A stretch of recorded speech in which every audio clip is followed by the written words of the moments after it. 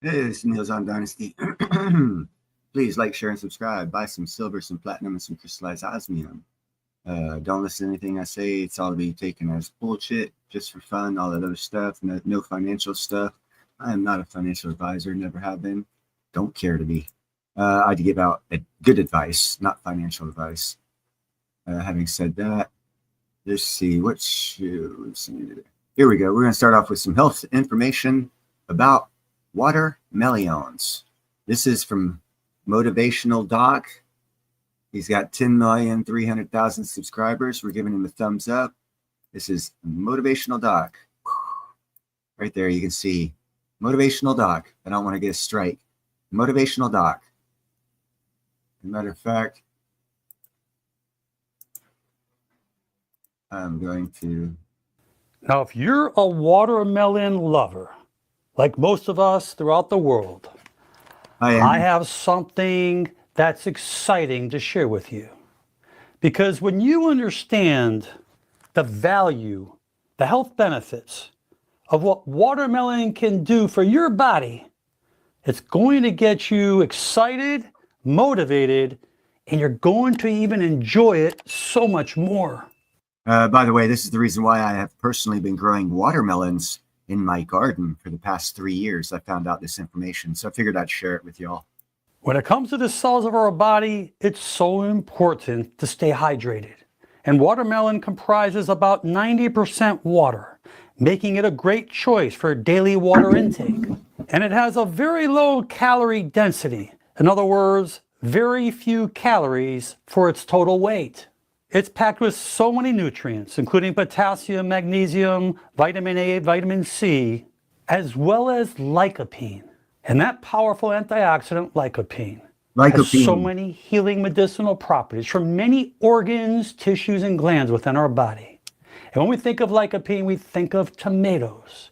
But did you know that watermelon has 40% more lycopene than raw tomatoes? And when it comes to your eyesight, lycopene can prevent or delay the formation of cataracts and reduce the risk of macular degeneration, which is the leading cause of blindness in older adults. And if you're having dry eyes, the lycopene can do wonderful things to help prevent this from happening. And males, as we get older, one of the biggest issues that we have is prostate problems. The prostate starts to get enlarged, becomes inflamed, common conditions like prostatitis, even prostate cancer. But lycopene can do wonderful things for the prostate. And studies have shown that lycopene reduces the inflammation, helps reduce the symptoms of BPH, as well as the serum levels of PSA. And the lycopene in watermelon can do wonderful things for your cardiovascular system. It can lower your bad cholesterol, your LDLs, raise your good cholesterol, your HDLs. The LDLs, your low density lipoproteins. So basically what I just heard is, if you grow your own watermelon and it's no chemicals added to it and it's not GMO, that you buy at the store, you grow it yourself totally, organically, no chemicals. You can if you have a slight variation in the bad cholesterol to good cholesterol count and you're taking medication for it, it could be possible that just eating watermelon that you grow yourself could prevent you from taking and having to buy a pill. Just saying. Not saying it will, but it could. And I would suggest talking to a doctor after you do it and all that other good stuff, because I'm not a medical professional. But that's what it sounds like to me, personally, in my opinion. Is what causes plaquing within the arteries. And that's when we block off blood supply going to the heart, which we call a heart attack, or to the brain that we call a stroke. But when we increase our good cholesterol, or HDLs, that's what searches for the bad LDLs that sits in the arteries and pulls it out, as those HDLs will take it back to the liver so the liver can excrete it from the body. Get those kids watermelon and eat it yourself. And there's more information coming. The part of the watermelon you see in this bowl right here is not the best part for your health. It is very, very, very, very, very, very, very good. But there's a better part to the watermelon he's going to tell you about. And here is something that's real exciting when it comes to our cardiovascular system. Inside this watermelon, there's L-citrulline, an amino acid. This has the greatest amount of citrulline of any fruit in the planet. And L-citrulline is converted to another amino acid inside the body called L-arginine. And both of them form what we call nitric oxide. And nitric oxide is a gas molecule that causes the tiny muscles within our blood vessels to relax and dilate. So imagine blood coming through this hole right here, which is an artery. And this artery starts to relax. It starts to enlarge. It puts less stress on the heart.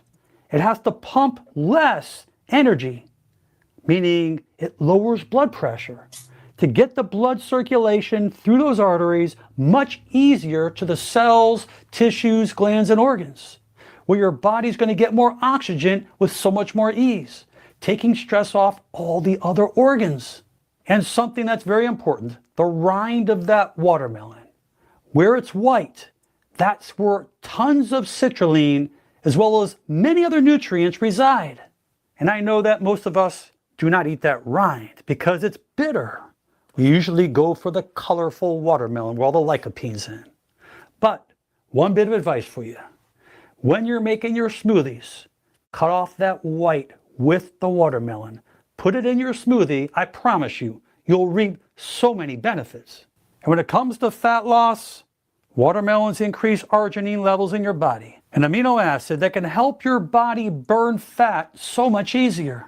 And because it's mostly water, and it's hydrating, and it's a low-calorie food, it is perfect for weight loss. And when it comes to your skin health, watermelon may do wonderful things for you. It helps fight free radical damage and improves elasticity, reducing the appearance of fine lines and wrinkles, making your skin look a lot firmer than before.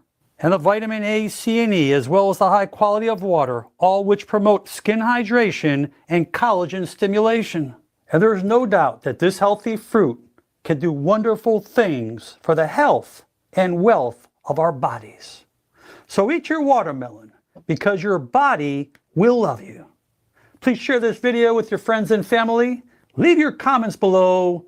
And most important, make it a great day. Yeah, there you go. How do you like that one? Pretty cool, huh? Now I got another cool health derived video for people. It's very interesting, actually. I find it interesting, you know. So we'll watch it. While most people avoid spending the night in jail, Jean Beliveau jumped at the opportunity. For the past 3 years, Beliveau had been walking from country to country with the goal of circumnavigating the globe on foot. This required sleeping in tents, strangers' homes, and the occasional jail cell along the way. But this morning, as Beliveau was ready to leave, the police chief, who had agreed to his sleeping arrangement, was nowhere to be found, and the guards weren't buying his story. Few people have the time or desire to walk such extreme lengths. However, research shows that adding even a modest amount of walking to your daily routine can dramatically improve your health. So, what exactly happens to your body when you increase your daily step count? This is TED TV, by the way. TED Educational TV. Gonna give them a thumbs up. Need to let everyone know this is TED TV. 22 million subscribers. Give them a thumbs up. I don't want to get a strike for not telling you that this is TED TVs, and we're going to be talking about what they are talking about, and I will add my points to it. A single afternoon stroll can improve your mood and ease symptoms of anxiety and depression. Walking, especially at a brisk pace, is thought to trigger the release of pain-relieving endorphins and curb the release of the stress hormone cortisol. That's at a fast pace. At a fast pace, you can increase your health just by walking at a fast pace. That's what these people from TED TV, TED Education TV say. Let's listen to that again, because that was kind of interesting. Endorphins and curb the release, trigger the release of pain-relieving endorphins and it triggers the release of pain-relieving endorphins and curbs the release of stress hormone cortisol just by a brisk, fast walk. Curb the release of the stress hormone cortisol. Within weeks of adding more steps to your routine, your body adapts. While it may seem simple, Walking requires the coordination and effort of many muscles in your legs, torso, and back. To keep up with the increase in energy demand, the vessels around these muscles are remodeled to deliver more oxygen. At the same time, your heart becomes more efficient at pumping blood. In a few months, these changes can lower your blood pressure and reduce your risk of heart attack and stroke. Hold on a second. So if you're on high blood pressure, this is the way I understood what she just said. So if you take a brisk walk daily, decent length, brisk walk daily, you can lower your blood pressure and get off another pill. So between watermelons and walking, you can get off cholesterol and high blood pressure pills. How much money would that save you? I think that'd be looking into. Carrying the weight of your body as you walk places stress on the bones. But this stress actually makes the bones stronger, as it stimulates the absorption of calcium and minerals. That's why years of consistent walking can help retain bone density, which usually declines with age. Building a lifelong walking habit comes with many other benefits, from aiding in weight management to reducing your risk for type 2 diabetes, numerous cancers, and dementia. Simply What? So now walking can stop type 2 diabetes, stop dementia, and certain cancers? Wow. Simply put, walking is an exercise. put, walking is exercise. And unlike other forms, it doesn't require equipment and is often more accessible to people of varying ages and fitness levels. While activity trackers usually build 10,000 steps as the ideal benchmark, studies show that any increase in steps per day can yield health benefits. And these steps don't need to be taken continuously. For those who live in walkable neighborhoods, steps are easily accumulated throughout the day, walking to work, to pick up groceries, or to meet with friends. And living where shops and amenities are easy to get to on foot comes with its own set of perks. Residents in these communities are often less reliant on vehicles, which translates to improved air quality and reduced local greenhouse gas emissions. And it can even change the way you see the world. One study of seniors in Hong Kong found that those living in more walkable neighborhoods reported feeling less loneliness and more life satisfaction than those living in less walkable neighborhoods. So, why doesn't everyone just walk more? One big reason is that many people don't have access to safe, well-maintained places to stroll. Despite the known benefits of walking, many cities and towns have been designed with only driving in mind. State and local governments across the globe often prioritize funding for highways and roads. So what I'm hearing now is our tax dollars are being used to keep us from doing healthy things that'll keep us off of pills and medications. So our government and our infrastructure and the design of our cities is causing health problems. Huh, interesting thought. Roads over sidewalks and public parks. And even when walkable spaces exist, the routes to get to them aren't always pedestrian friendly. In the US, residential and commercial areas are typically zoned separately and often only connected by busy roadways. But there are ways to make places more foot-friendly. In 2013, Vancouver city officials opened the Comox-Helmkin Greenway, taking a 2-kilometer road and converting it into a walkable and bikeable space.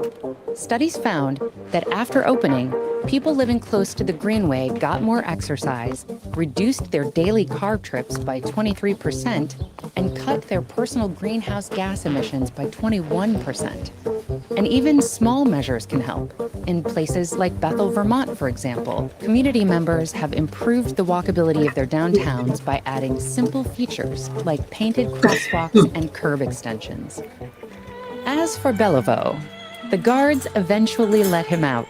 He'd walk over 75,000 kilometers in total to complete his journey. But it's clear you don't have to take quite this many steps to see an impact. While we work on making our communities more walkable, we can also work on making driving more environmentally friendly. Interesting stuff, huh? Now we're going to go to another video has nothing to do with our health, just because I bring weird stuff to the plate. This one is interesting. This is about an ocean that larger than the size of our planet, larger than several of our planets, floating in space. Kind of weird, I know, but that's what this is about. I'm going to turn up the volume so y'all can hear it. Before I do that, I need to this is NASA Space News. Astronomers find a cosmic ocean around a black hole 140 trillion years, trillion Earths, 140 trillion Earths of water. So a lot more water than several of our Earths. Astronomers have discovered the largest and most distant reservoir of water ever found, orbiting a supermassive black hole in a quasar known as AIPM0 8279+5-255. This enormous cloud holds about 140 trillion times the water in all of Earth's oceans and lies more than 12 billion light years away, meaning we see it as it was when the universe was less than 2 billion years old. That means, from my understanding of what you just said, that the supposed primordial soup that we supposedly came from as human species, if you believe in the evolutionary theories, if that bulk of water that's 140 billion sizes of the Earth's water is 2 billion light years away from the Big Bang, and we are like 14 billion years away from the Big Bang, right off the bat, I'm going to make the presumption that there's life there. Just saying, because it's like 12 billion years older than us. And if evolutionists say that we came from a primordial sludge of water on this planet, continue listening and tell me if there's not a 12 billion year old primordial sludge of water that they're talking about, and how much life has come from it. The finding reveals that water and complex molecules formed much earlier than expected, reshaping how we understand galaxy and black hole evolution. In this video, we'll explore what was discovered, why it matters, and what it tells us about our early universe. Let's get started. At the heart of this discovery is AP M08279+5-255, a quasar powered by a supermassive black hole devouring surrounding gas and dust. As matter spirals inward, it releases staggering amounts of energy, making quasars some of the brightest objects in the universe. This particular quasar lies roughly 12 billion light years away, meaning its light began its journey more than 10 billion years ago. During that period, galaxies were still forming, yet this one shines far brighter than most. Using advanced radio and infrared instruments, including NASA's Z-Spec and the Plateau de Bure interferometer in France, astronomers detected multiple emission lines of water vapor. These spectral fingerprints revealed a warm cloud of gas hundreds of light years across, enveloping the quasar's central region. This reservoir contains about 140 trillion times more water than all of Earth's oceans. It exists not as liquid, but as vapor mixed with dust and molecular gas, heated to around -53 degrees Celsius, 220 Kelvin, warm by interstellar standards. The quasar's brightness appears exaggerated because of gravitational lensing. A massive foreground galaxy bends and amplifies its light before it reaches us. Even after correcting for that effect, the quasar still radiates with the energy of over 100 trillion suns. Finding this much water at such an early epoch tells us that the universe had already produced oxygen and other heavy elements through earlier generations of stars. That enriched material allowed complex molecules, including water, to exist in environments once thought too young or energetic for them. This single object offers a rare glimpse of molecular activity surrounding a black hole when the cosmos was still in its infancy.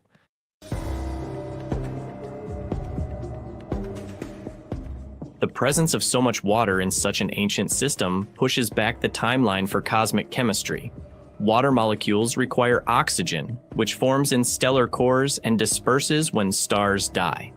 Detecting it less than 2 billion years after the Big Bang proves that multiple stellar cycles had already enriched interstellar space.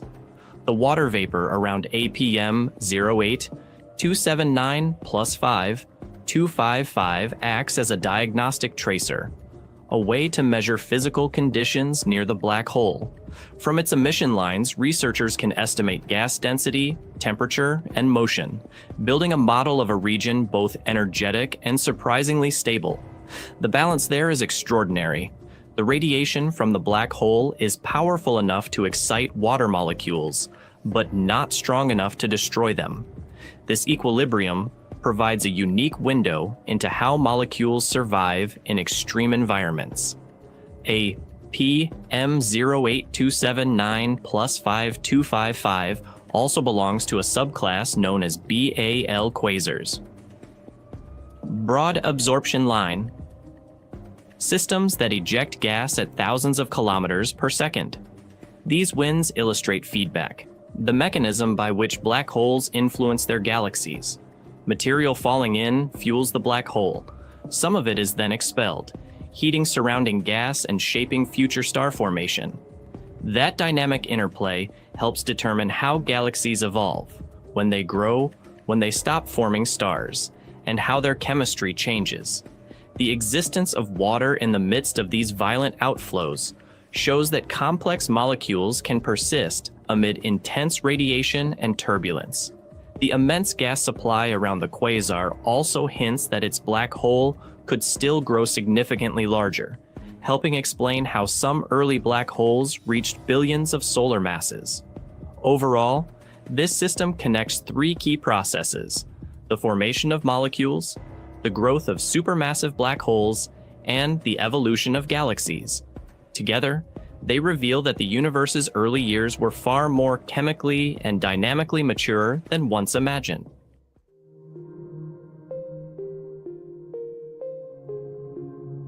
The implications extend well beyond a single discovery. First, it proves that water and other molecules were widespread much earlier than expected. Galaxies only a few billion years old were already rich in dust, heavy elements, and molecular gas, the raw ingredients for stars. Second, it demonstrates the power of gravitational lensing as a cosmic tool. The natural magnification provided by a foreground galaxy allowed astronomers to detect details otherwise too faint to see. This means many similar, distant, water-rich systems could be hidden in archival data waiting to be found. Re-examining infrared and sub-millimeter catalogs from telescopes like IRAS and Spitzer may uncover additional lensed quasars, each helping refine our understanding of how early galaxies accumulated matter and formed stars. The detection of water vapor also refines galaxy formation models. Water acts as an efficient coolant, allowing hot gas to condense into new stars. Finding such massive quantities suggests that vigorous star formation was already taking place within or around this quasar. Future observatories will take this further. The Atacama Large Millimeter/Submillimeter array can map the detailed distribution of molecular gas, while the James Webb Space Telescope will probe even earlier quasars across the infrared spectrum. These instruments will show whether APM08279 plus 5255 is exceptional or part of a larger population of chemically active early epoch galaxies. If more examples are found, it would confirm that the early universe was already bustling with molecular complexity and energy, far beyond what earlier models predicted. In broader terms, this discovery bridges cosmology, astrophysics, and chemistry. It suggests that the building blocks for complex molecules, and perhaps the precursors to life's essential chemistry, were present throughout the cosmos long before our solar system formed. Ultimately, studying systems like APM08 279 plus 5 255 helps answer one of the oldest questions in science: how the universe transformed simple elements into the rich, structured, and life-friendly cosmos we see today.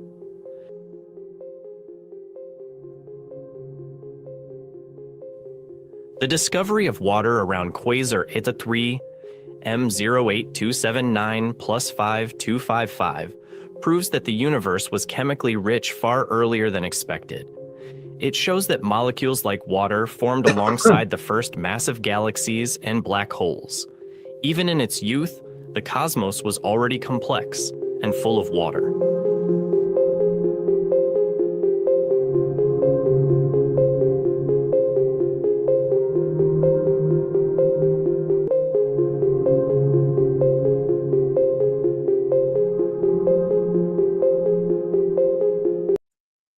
That was kind of cool. Now about the Atlas or A3 Atlas thing. Yeah, I don't have enough info. It is doing a lot of weird stuff, but that's not really a big deal. I mean, I expect it to do a lot of weird shit. I don't think we can put conclusions on the weird shit that it's doing because we've not had interstellar objects come into our universe before and be able to see our galaxy and to be able to see how they act. So what we're doing is we're adding our thoughts of what we know on how things act on something we know nothing about how it acts. And we're putting what we know about how things act on something we don't know anything about, and we're jumping to conclusions. That's what I think about AI Atlas. If it did come from another solar system or further out in the universe, as they just explained in that video, 10 to 12 billion light years closer to the supposed Big Bang is 140 trillion times Earth's water in a big fucking galaxy, just water. So we don't know what, and if it came from that, we don't know what life forms formed 10 to 12 billion years ago out of their primordial sludge. We don't know the chemistry. The chemistry every 100,000 light years changes. They've got atoms and stuff. They've got elements. They've got minerals that we don't have in these other galaxies. So we can't put our perception of things on something that's outside of our galaxy without understanding what is outside our galaxy, what it consists of, how it works, what is it. And after we get all of that information, then we can diagnose and see how it would react into the universe of knowledge that we know, or the galaxy that we know, and how things interact with the galaxy that we know. That's so, yeah, kind of sort of like that.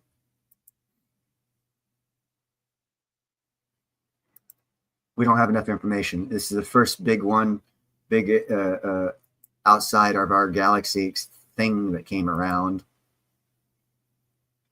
And we're putting conclusions on it based off of not knowing crap, because we don't know crap about it, because we don't know anything. We have two objects that just got out of our galaxy. And as a matter of fact, I can do a video on, I will do a video on that actually.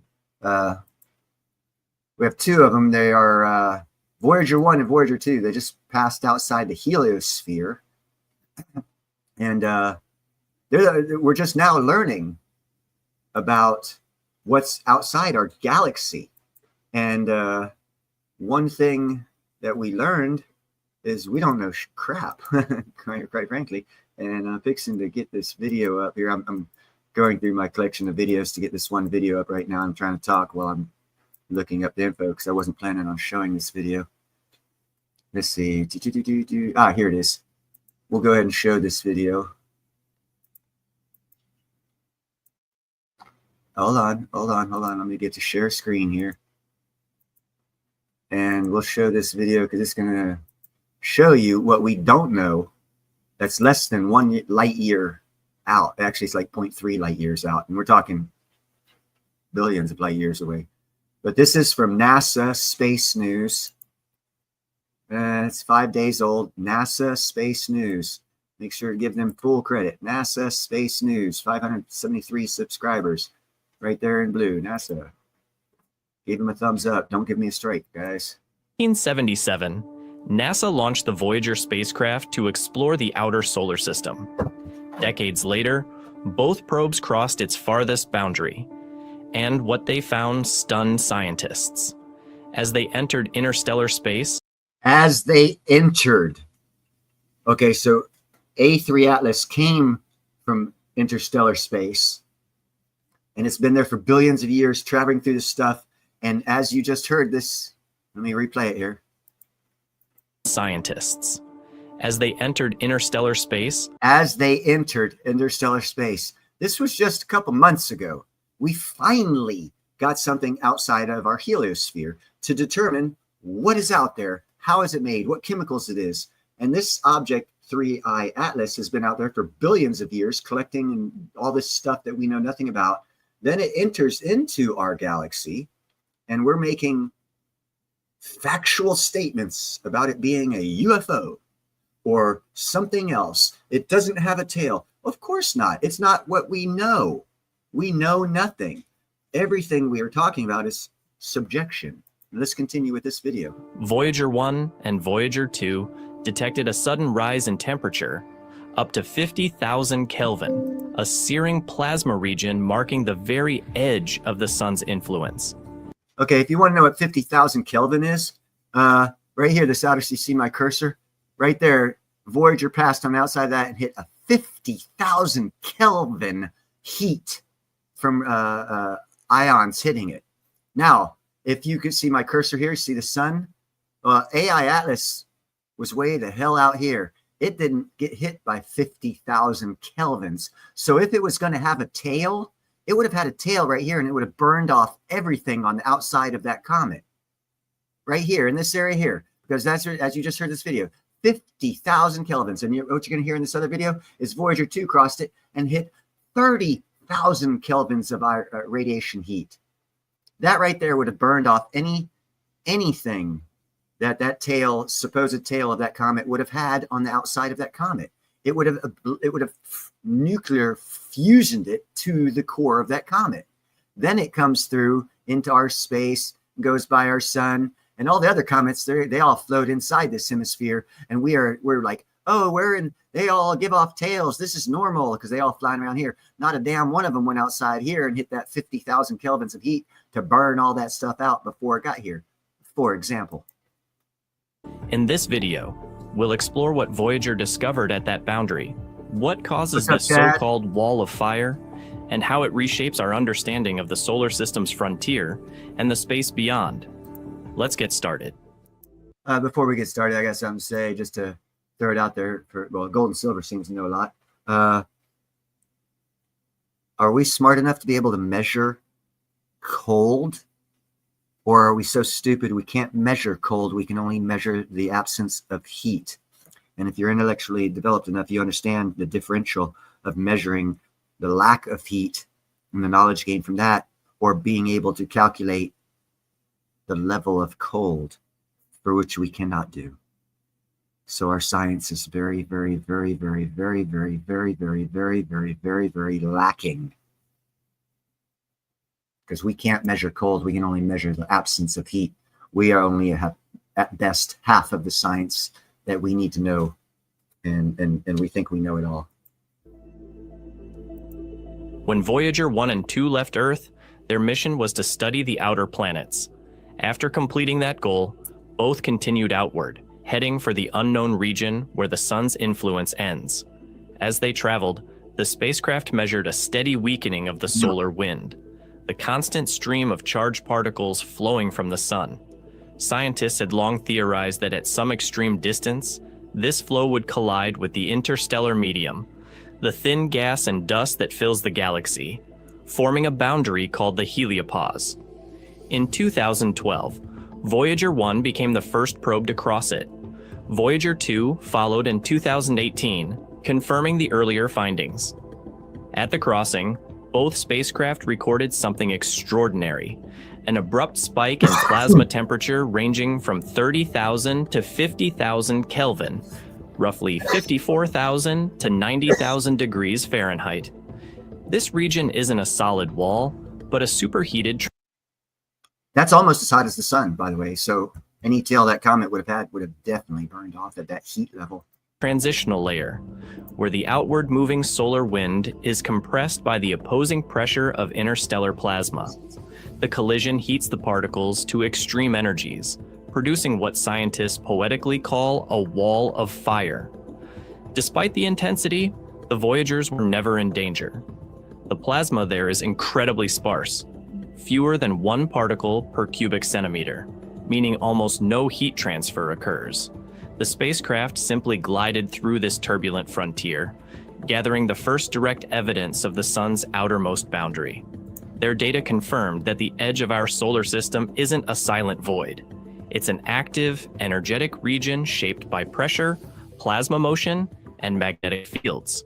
A cosmic frontier that separates the familiar realm of the sun from the interstellar sea beyond.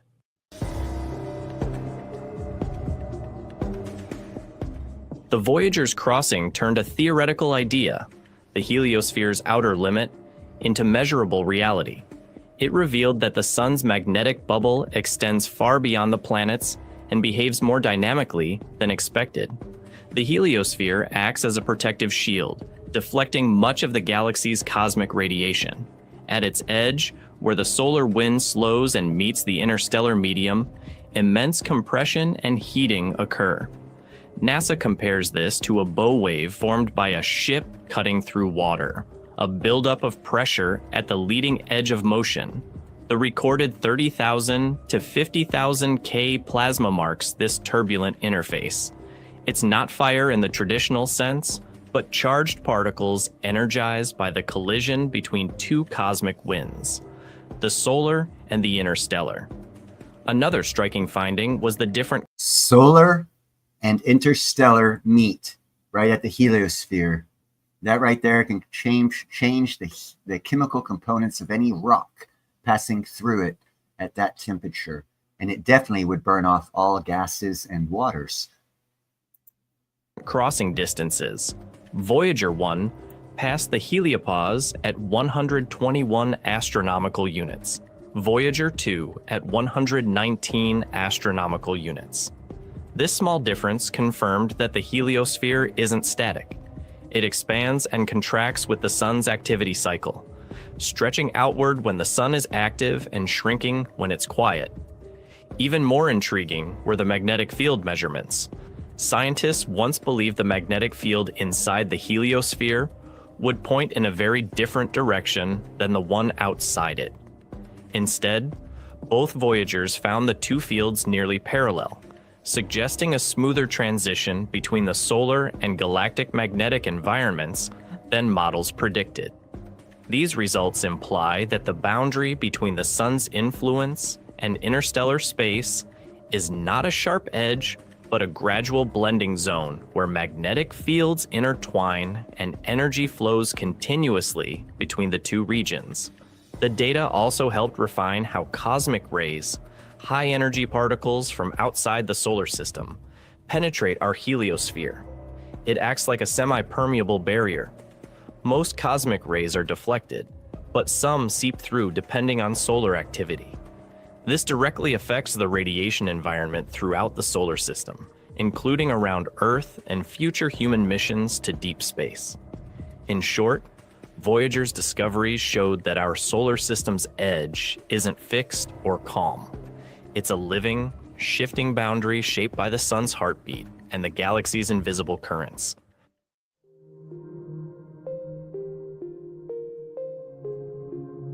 Voyager's journey beyond the heliopause marked humanity's first step into interstellar space, not through observation, but through direct presence. Understanding this region helps scientists model how our solar system interacts with the galaxy and how the heliosphere protects us from cosmic radiation. By learning how this natural shield expands and contracts, researchers can better forecast space weather effects, a crucial factor for spacecraft systems and astronaut safety on long missions. The findings also extend far beyond our own system. Every star generates a heliosphere, or astrosphere, that influences nearby planets. The sun's measured boundary now serves as a template for studying how other stars shield their planetary systems from radiation. This knowledge will help assess which exoplanets might be capable of supporting life. Both Voyager probes continue to transmit faint data. NASA's engineers manage their dwindling power carefully, shutting down non-essential instruments to extend their lifetimes. Each signal that reaches Earth provides new information about plasma density, magnetic strength, and cosmic rays in interstellar space, regions never before sampled. Eventually, their power will run out, likely by the 2030s, and their voices will fade into silence. But the Voyagers will keep traveling, carrying the golden records, etched with images and sounds from Earth. Yeah, we don't need to hear about any of that stuff. We all know about what that golden record is.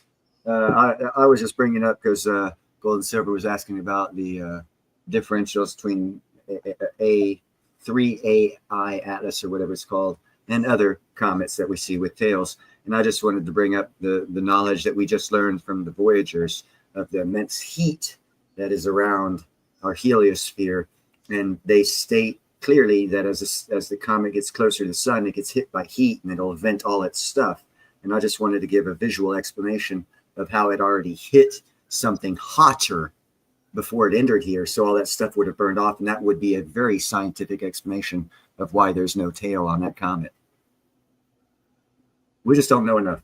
We're not learned enough about what's in our galaxy, what's on our planet, much less what's outside our galaxy, to just instantly fall on, oh, it's an alien spacecraft. Because again, showing those Voyagers, they were to make first contact. So why would an alien not, ring the doorbell? And just going to come on through, ignore the doorbell? Well, that right there would indicate that they're hostile. And they don't want to make peaceful contact because they have a chance to make peaceful contact by going through the Voyager. You heard them say it's still going to be transmitting information. So if an alien found it, they'd be able to transmit information or say hello. So, there's that as well. I'm going to say there's a lot out there that we don't know. And to come to an absolute conclusion based on not knowing, well, we all know what that sounds like. That's why I preserve my right to talk about it after we get more knowledge on it.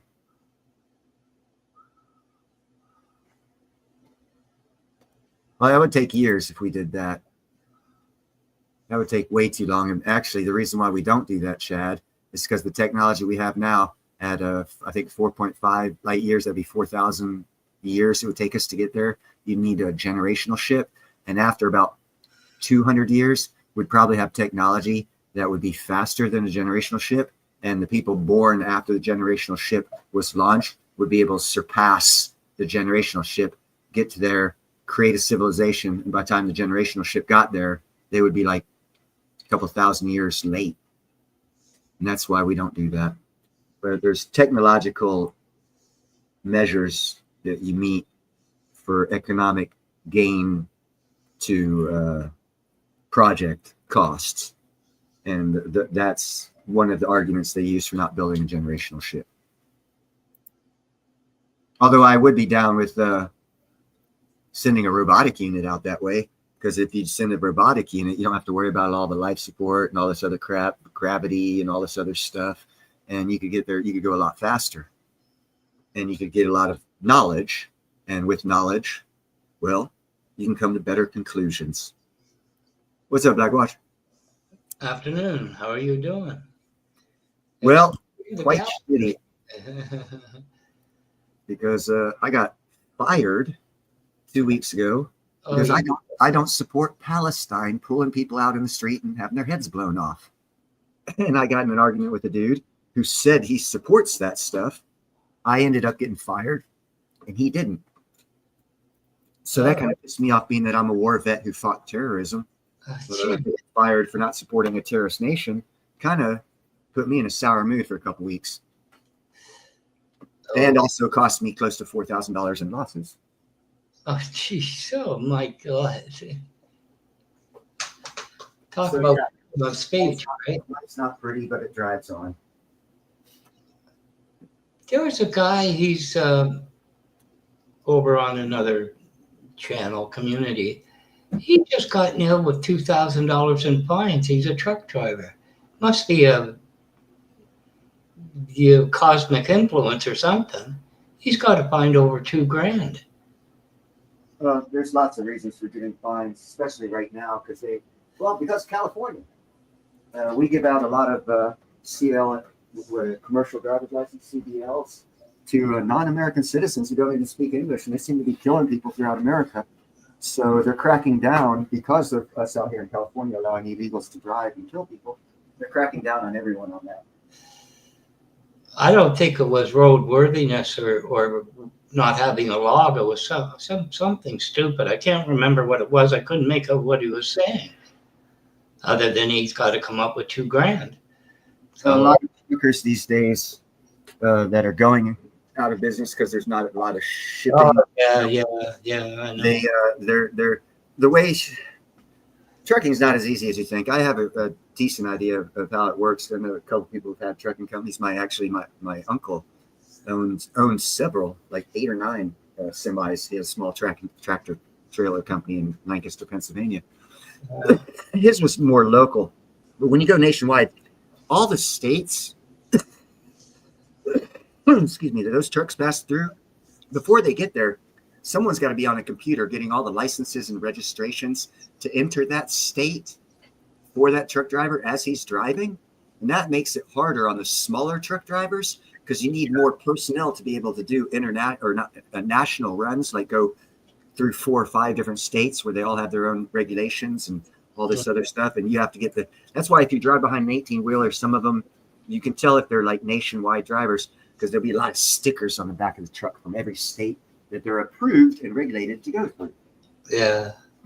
And when smaller guys can't afford that, so they get in trouble. Well, there's an English guy there that just joined, and he's in Georgia for 10 years, and he's driving truck. But the thing was, he mentioned the company he's driving for. I wouldn't do that.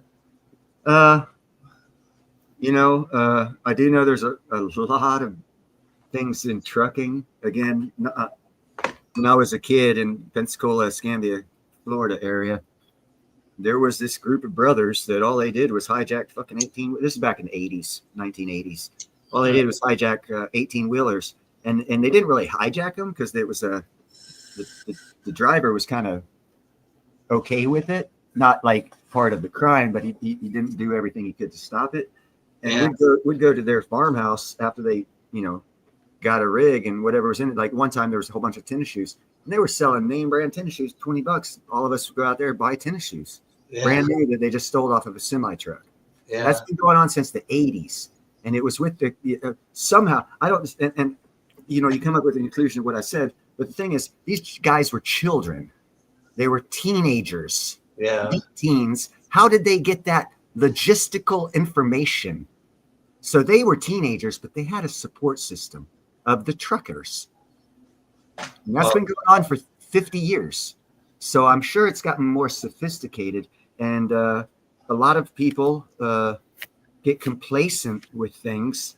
And then when rules and regulations are actually enforced, they find themselves at a loss because they were complacent on things, rules and regulations changes to stay in business as America's trying to crush the smaller truck drivers, which is happening. Very unfortunate.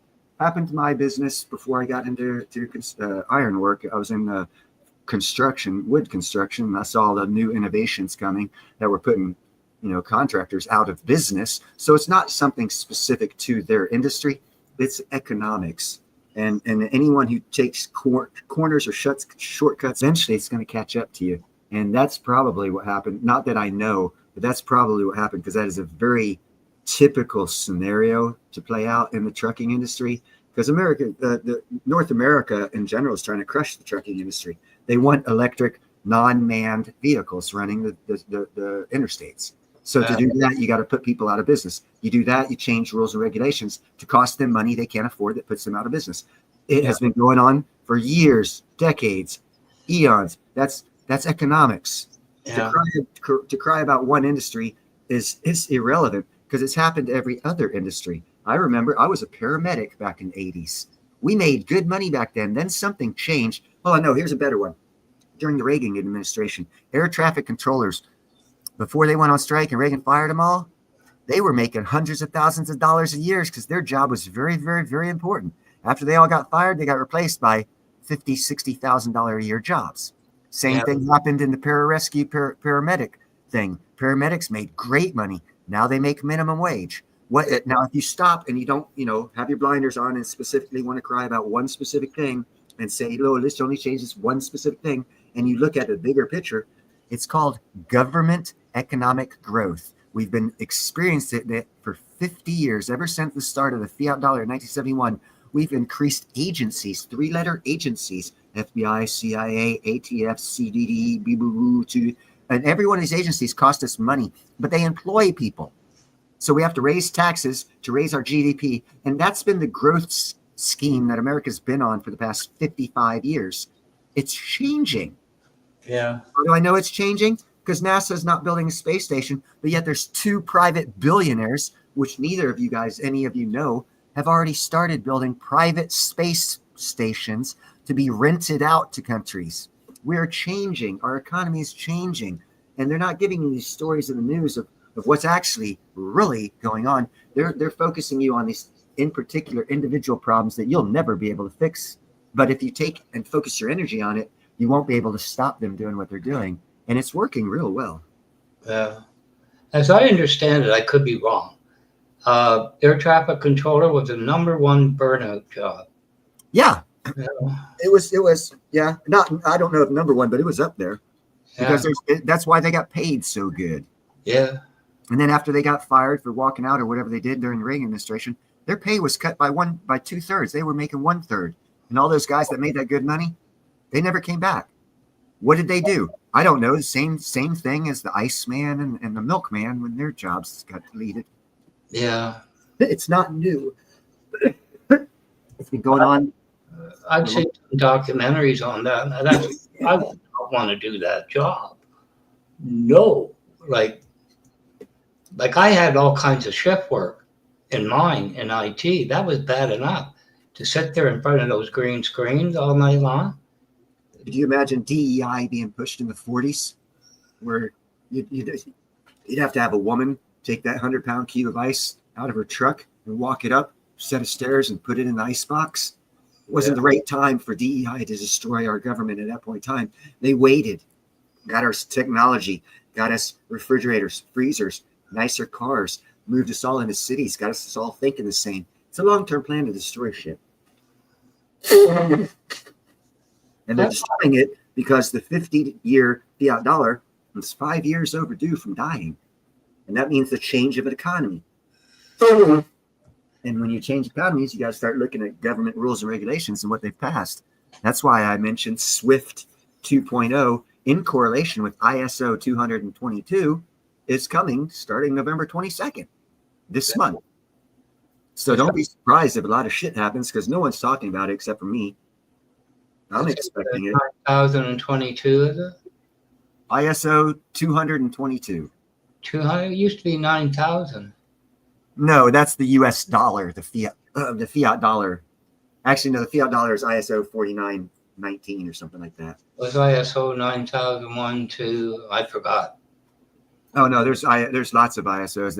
They change as it's an economic regulatory thing. And they keep changing it. No one really pays attention to it. But God, only fools think that someone will stand up against America and America will cower and quit. And when BRICS came along in this economic war, apparently everyone thought America was going to cower down and quit. And they rolled with that. And they were doing their YouTube channels about BRICS is going to take over the world. And no one's put any thought into looking at the ISOs or to the SWIFT and what the SWIFT is doing, already done, approved by every international country out there. SWIFT 2.0 is coming. Don't be surprised. It's going to include digital currencies. And they've already been accepted by all the world governments. No, they haven't told you yet because they're going to make money. Then you're going to allow retail like you in on it because they don't want you to make money. So they're going to have you out here arguing about shit as they're going to be making all the money. That's why I like the Economic Ninja, because he's telling you about this shit too. He sees it. I see it. All you got to do is read what the government's doing, and you can see it too. But people don't want to do that because they're more concerned about, my friend who was an IT guy lost his job to AI. I'm pissed. Congratulations. Be pissed. You're going to be poor. Yeah. You're wasting your energy on the wrong thing at the wrong time. Don't feel bad for the guy who lost his job. Heck, I'm unemployed now because some fucking guy loves terrorism and I don't. So feel bad for me too. Okay. What do you think Trump's going to do? I understand it, because when you look at open AI, what first thing you got to do before you say anything more is POTUS is a role filled by somebody. The economy is going to roll no matter who is in that position. All they can do is slightly move it one direction or another. So there are things that were already going to play out before Trump got in, but he's in there now, so people put a name to their hate so they don't make money. They put a name to hate. Whoever the fuck was in office, same shit would have happened. That's why I've been running since 2016, 2022, 2024, and 2028, trying to get through your people's heads. The government's going to do what the government's going to do, irrelevant of who is in office. If you want to out whoever's in office and say it's their fault, you are falling into the game. I've seen it for decades. That's why I always run for president, because I know if I win, I'll get credited for being the president when America got the World Cup. I was president when America got the Olympics. I was president when the Space Force opened. These were already pre-designated things in time to happen. They didn't happen just because Trump is president. No, they would have happened if Harris was president. They would have happened if Neil Hahn was president. See, that's the thing about America. Things are going to happen irrelevant of who is in charge. The who is in charge depends on who gets the money. Oh, no, what I'm talking about, OpenAI has approached them they want to expand to over $19 billion cost. They want the federal government, your government, to guarantee the loans. That's an individual decision. They got to be in trouble, Neil. I mean, why do they need the government to back their loans? No one's going to give them the loan without that? What loans? What are you talking about now? The government decides. Okay, I did a video, and I told people to pay attention to this. And in about 10 years, you're going to realize what the fuck I'm talking about. Burkina Faso, Ibrahim Traoré, said publicly on national TV, they're going to create a couple billionaires. Think about that. That is a government telling you they are going to create entrepreneurial billionaires. Why would a government want to give away their sovereignty in an individual without being able to control them? Think about it, guys. It's a game. As soon as you realize the game, you can start really making money. Oh, by the way, Elon Musk is the first trillionaire, and he was made so by the U.S. government. Yeah. Because they gave him the subsidies to start out. They did this, they did that, It's all a game, people. They need certain people to fill certain roles. It's going to happen. The name, it doesn't matter. It could have been Dick Sucker Incorporated. It just happened to be Elon Musk. It doesn't matter. He stepped up to the role that had to be filled. America's going to make in the past 4 years, how many billionaires America has made in the time that we've been crying and pain and suffering and not having money and all this other shit. We've created in 5 years over 115 brand new billionaires. We now have over 800 billionaires in America. We only had about 600 5 years ago. Where's the economic hard times? You're looking in the wrong spot for your investments, apparently. Yeah, well, there's something about Epstein that came out, and the guy wouldn't say who, but he says there's one Canadian billionaire. So I know of a couple. So I looked into it. We have over 200. Yeah, and they were all created by the government. Probably, sure. No, 100% guaranteed. 100% guarantee you, because the government will not allow someone to have sovereign funds of a sovereign country. And then, hold on, look at what happened to the Walmart billionaireess and her shit. You ever hearing of her anymore? No, she's got some real problems with her 26 billion because she put it to the wrong thing. She put it towards DEI, insurrection, all this other stuff. Now they're paying the price. It's called a transfer of wealth. They're going to take her 26 billion and give it to someone who's more in line with America's way of thinking. They're going to hand them a business and they're going to say, you're going to run this business. Same thing they did with Bill Gates. Bill Gates didn't invent shit. He invented the process of taking the military's intelligent worldwide digital intelligence network and putting it in a system that the rest of us can use. He did not invent that. He was given that technology and told, create something that the rest of the world can use based off this. He didn't invent shit. Yeah. It's controlled by the government because the government gave him. Same thing with Elon Musk and Tesla. Do you think Tesla's made money for the first 5 years? No, it was making money off of taxpayer subsidies. That means you and I were paying him to become a billionaire, and we didn't realize. Well, a lot of people didn't realize it. Governments make billionaires. How do they make billionaires? Oh, well, they go out on a camping spree and they say, oh, I want my friend to be a billionaire. No, that's how you feel they would make it. I'm sure that's not how it works. There's an option. The government's going to say, we're getting $20 trillion worth of investments. Okay, who wants to be a billionaire? Sink your money where that $20 trillion is going. And guess what? The market cap of wherever that 20 trillion hits is going to jump 20 trillion. That means if you have $1 in that investment, you now have $20 trillion in that investment. That's how it works. I've been telling people that for a couple of weeks now. I've shown people charts where money's being, there's already $8.8 trillion being invested past tense in the past 12 months into America's manufacturing and aerospace infrastructure. Yeah. For manufacturing. That means, that means as soon as the dollar hits the American soil, there's going to be 500,000 jobs manufacturing. That's what the idiot thinks. It takes a while to have that money funnel down through to the contractors. You have to bid, you have to get insurance, you have to get regulations. That's why he's cutting regulations, to make it happen faster.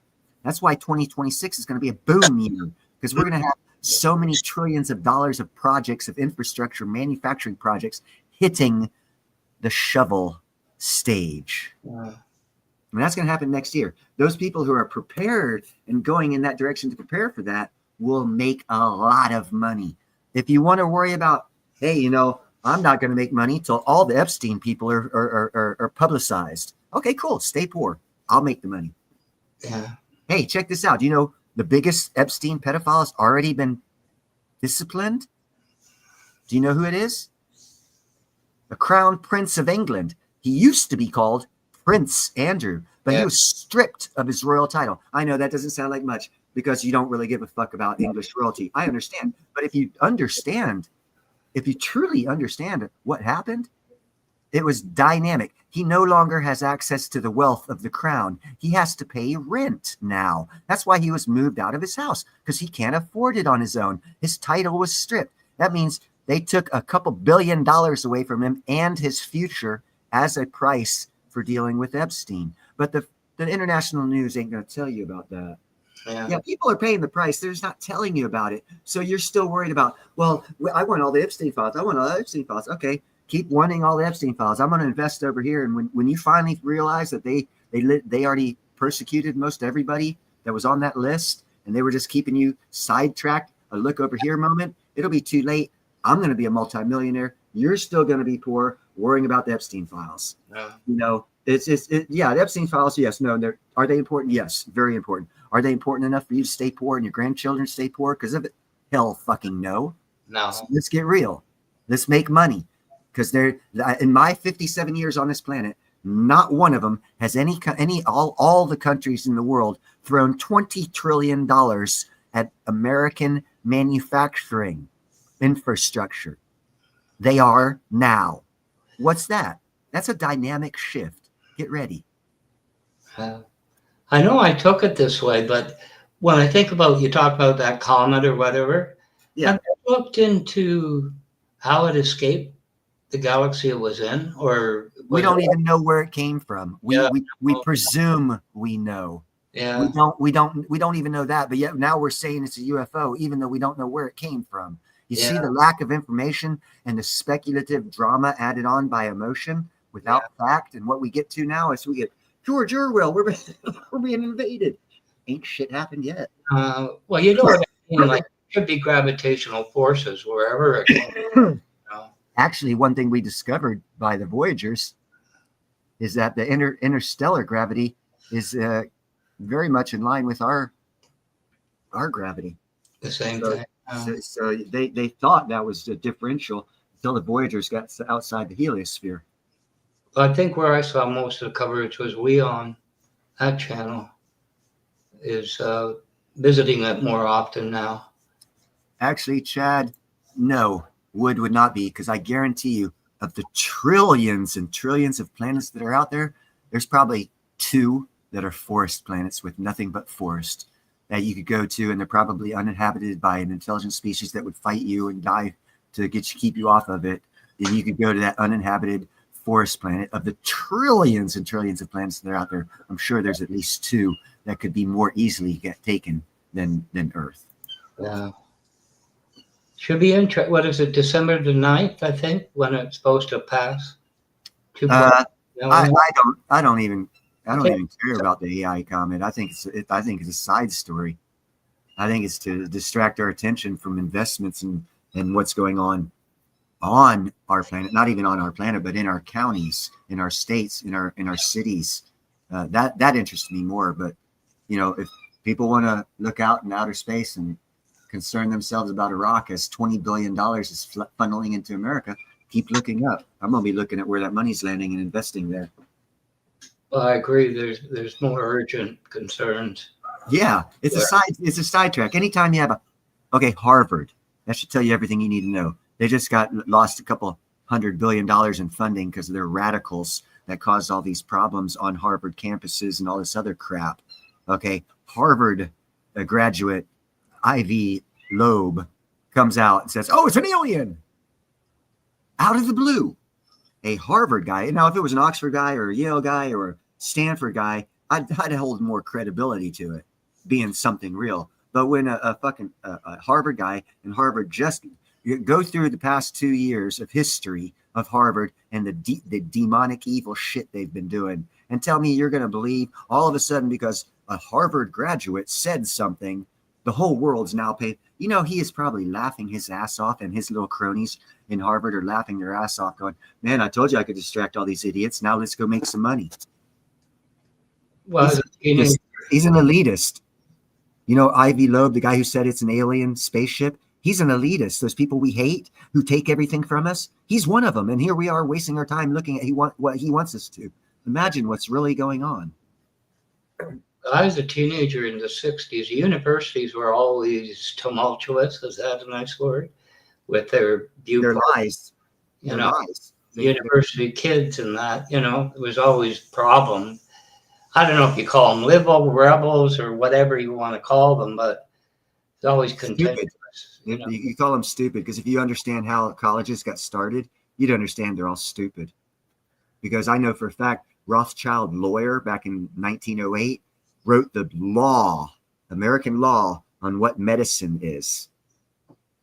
Yeah. And 3 years later, Rockefeller invested in the first medical college to teach doctors what his personal lawyer determined was medicine.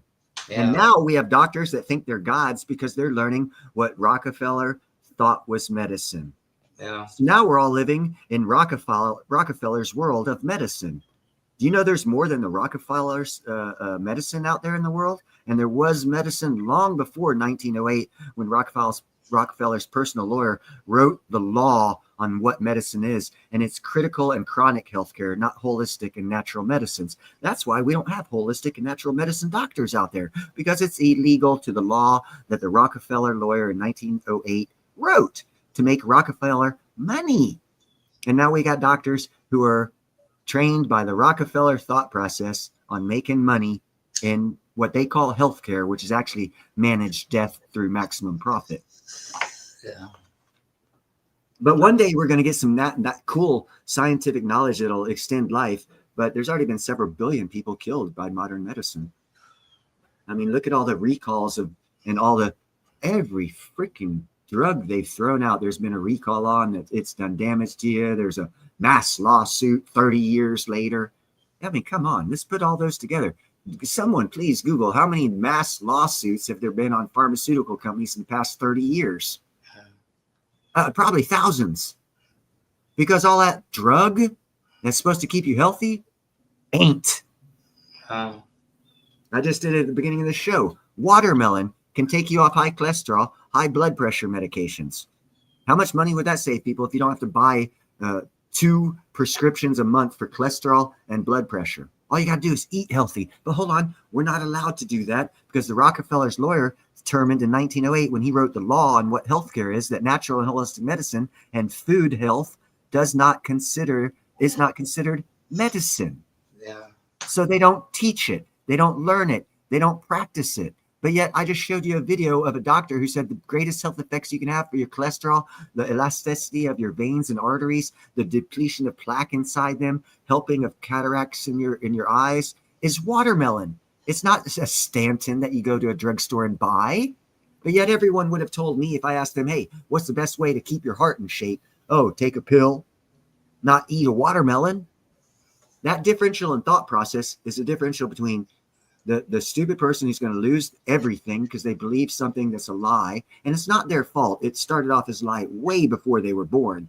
But it is their fault in the fact that they got content in not wanting to know the truth and chase it down and take all the hits that come from chasing the truth down and have people call you names and stupid things and all this other stuff. That's all you're trying to do is get to the truth. And that's where I come in, because that's exactly what I've done. And that's why I get strikes. That's why people don't like me. That's why they know, oh, your opinion's crap. Yeah, no, you don't have enough knowledge if you think my opinion's crap, because my opinion is a very knowledgeable opinion through decades of research, self-research. I didn't pay Harvard $400,000 a year to tell me how to research. I woke up one morning and said, fuck, I can read. Let me get a Harvard book. And that way I don't have to pay them $400,000 and I can read the same book, get the same knowledge. And then I can go to a cafe and talk to them who talk to their professor and see what his perspective was on it. Or I could go online and see a YouTube show that talks about it and I can gain the same knowledge. I just have to want to achieve it.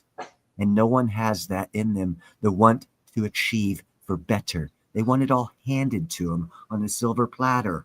And that's not how life works. That's why we have a lot of poor people and very few rich people, because a lot of people don't get how it fucking works. Yeah. You know, you talked about university. I don't care who hears this. I really don't. You want to think I'm prejudiced? I don't give a shit. But I went on a spin-off of a large IT channel, and there was this guy. He's outside Detroit. You know, he's got money. He's a quintessential Jew with everything he said. He retired as a programmer, manager type of thing. Time it doesn't. Anyway, he was in there when I got there. And he came after me since May 2020, right? And he got a job. His wife had a girlfriend that had a hook into a Fortune 25 company in Michigan. He's now VP of IT. So he was going, you know, Windows 11 uses TPM, Trusted Platform Module on your board, encrypts everything, your drives. But servers use TLS 1.3, which is an encrypted handshake. Anyway, one time I put in a comment, put TLS 1.3 on your servers, use TPM, and nobody talks to anybody. 3 days later, he came back and he said, you know, you're right. He went to his girls that run it. But the point is this, Neil, because usually university ones become managers or something. I have never had an interaction with a university graduate that wasn't a son of a bitch. You know what I mean? Like, well, you know, I got a master's in business. You know, I don't know. They talk about programs. They're antisocial for one thing. You know, all that's irrelevant. It's your perception of, or their perception of whatever it is they're getting a master's degree on. Again, let's say you got a master's degree in surgery and you're the best surgeon in the world. Okay, I'll take you back in time machine. You come with me, Mr. Master Surgeon, with all these degrees, and I'm going to put you with me when we were smelling those 7,000 burning bodies. Yeah. Because you haven't experienced that. Now you're going to get shot at. Now to go do medicine. You know what? He turns out to be the stupidest motherfucker in the world, hiding in the sand with his head in the sand behind a bus, not saving anyone. but yet he's the best in the world at medicine. No, he's not. There's different understandings. What he has done is he pulled, what is it? Was it Benjamin? Who was it? It was time period for Tesla. It's Franklin, or I think it was Benjamin Franklin and Tesla around the same time. I'm not sure. It was Franklin or Bell, Alexander Bell. It was Bell, Alexander Graham Bell. Okay, Alexander Graham Bell is known supposedly for having a lot of inventions, AC power, part of AC/DC with him and Tesla and what. But see, Bell was not a scientist. He was a promoter. Wow. He was a con man. He had money. He wasn't smart. He inherited money from his smart parents, and he was a salesman. And he took that money and he bought these ideas, and then he promoted them. So he was not a scientist at all. He was a better promoter than Tesla was a scientist, and that's why Tesla got reamed, because Tesla didn't promote his shit as well as Bell. I've heard that Bell often beat people to the patent office. That's all. That's exactly it. He was a fucking sham. He was a salesman, a promoter. He was not an inventor. Yet the greatest inventor in his time is considered a sham because was it Edison? Thank you very much. It was Edison. Edison was a sham. He's not an inventor. He was a promoter. He would electrocute elephants with DC power, showing that Tesla's power system was dangerous. Yeah. That's why the reason why we have AC/DC now here in America, and they have a different system of electricity in Europe. That's why you have to have different plugs when you go to Europe and you want to plug in your hairdryer. You can't use an American plug-in because they do 220 and we do 110. Because we have AC/DC, they go straight DC or some shit like that, or they got a different power system I'm not real familiar with. But we have a different power system, and that power system is because of a con man, a promoter, not a scientist. He had money, and he could talk. Yeah. And he was very theatrical. But he wasn't smarter than Tesla by any measure. He was just a better talker and had money. So to have money doesn't make you smart. No. That's why I have to laugh when Trump talks about Musk. Because if you consider what him and a buddy created, what if Google didn't undervalue what became PayPal? Well, hey, instead of down talking past things that have already happened, the guy who was in in Ripple, who sold out for $2.2 billion about 8 years ago, you know what he's building right now with that $2.2 billion that he sold of Ripple? Take a wild guess what he's building with $2.2 billion.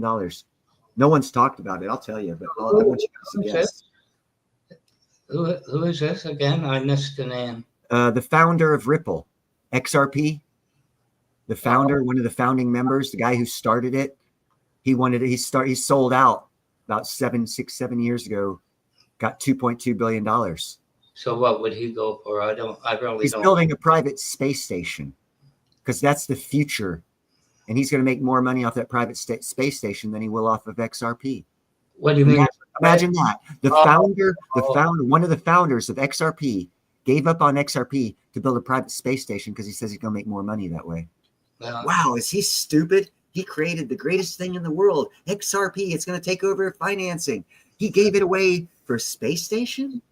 Yeah, he's real stupid. He created something that now you're calling him stupid for creating, and you're using what he's creating. Or is he really smart and we're the stupid ones? And that I know the international space around 2030 it needs replacing. Canada's involved. No, it doesn't need replacing. NASA's not going to replace it because we have too many idiots in this country that don't want to spend money on NASA because the Earth's flat and space is not real. So private industry's taking over, and instead of the U.S. tax dollar making that money, private industry's going to. Congratulations, America! You just lost a lot of money. Yeah. But hey, we can make it up with taxes. It's okay. Yeah. There's always money somewhere. Yeah, and people selling the fact that the space station's crap. It's going to cost us billions of taxpayers' dollars. Because NASA's crap.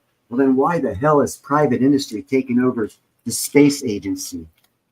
Because apparently private industry is stupid because they're doing stuff. Oh, private industry always does stuff not to be profitable. That's why they're wasting billions of dollars on non-profitable shit, space shit. Yeah, they're all stupid. They just created the world we live in. They're smart enough to do that, but they're stupid enough to try and think they're going to take us in the next evolution of what we got going now. And we don't want to believe it those people are going to be poor. Well, if you consider it, as I understand the story, when NASA was running the space shuttle program, they said to them, booster rockers in the main, that it's connected to, does it come back to Earth? They said no. Then why the hell are we painting it for millions and millions of dollars? They said, oh. For the same reason, we gave away $6 trillion to NGOs before Biden left office, because bribes have to be paid. Yeah. And now we as taxpayers got an extra $6 trillion on our national debt for the last president to pay off all his bribes. And we're paying for that. But hey, let's talk about Trump. Because, we deserve to pay $6 trillion of Biden bribes added to our 31 trillion. Oh, no, it jumped up to 37 trillion overnight. Now it's 38 trillion. Well, yeah, let's not blame fucking Biden for that $6 trillion in bribe money he gave away to NGOs.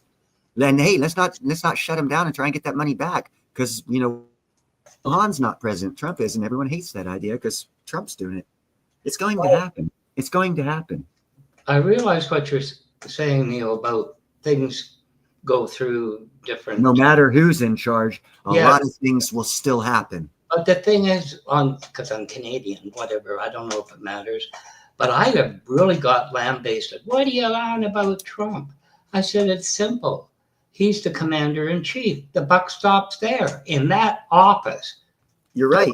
Now, what happened? What happened with that 5 years ago, 6 years ago, 7 years ago, and 8 years ago with that statement? Why wasn't the other guy held to that exact same standard? And why are people holding the new guy to a standard they didn't hold that old guy to? That is the question. And once you get an answer to that question, you'll realize you're on the wrong guy, bro. Well, the whole you hop on the other guy because it's all a cover up going on right now. he had great ideas, but the money's going somewhere, and it sure. Well, I tell you what, for all the people that hate Trump, it's coming out, and it's going to come out. You can call me stupid, I don't care. It's going to come out that Biden was mentally incapable of holding the presidency for the last 2 years of his presidency. That means that there was an insurrection. What people say happened in January 6th actually happened 2 years before that, but no one gave a fuck. They want to blame Trump. They don't want Biden to be responsible for the insurrection, but in reality, he was, and they are all getting exposed, and it's going to come out soon, before the Epstein files, and a lot of people have already gone to jail. But no one talks about it because the news didn't report it. The only way you're going to find out about it is if you give a fuck enough to look for it.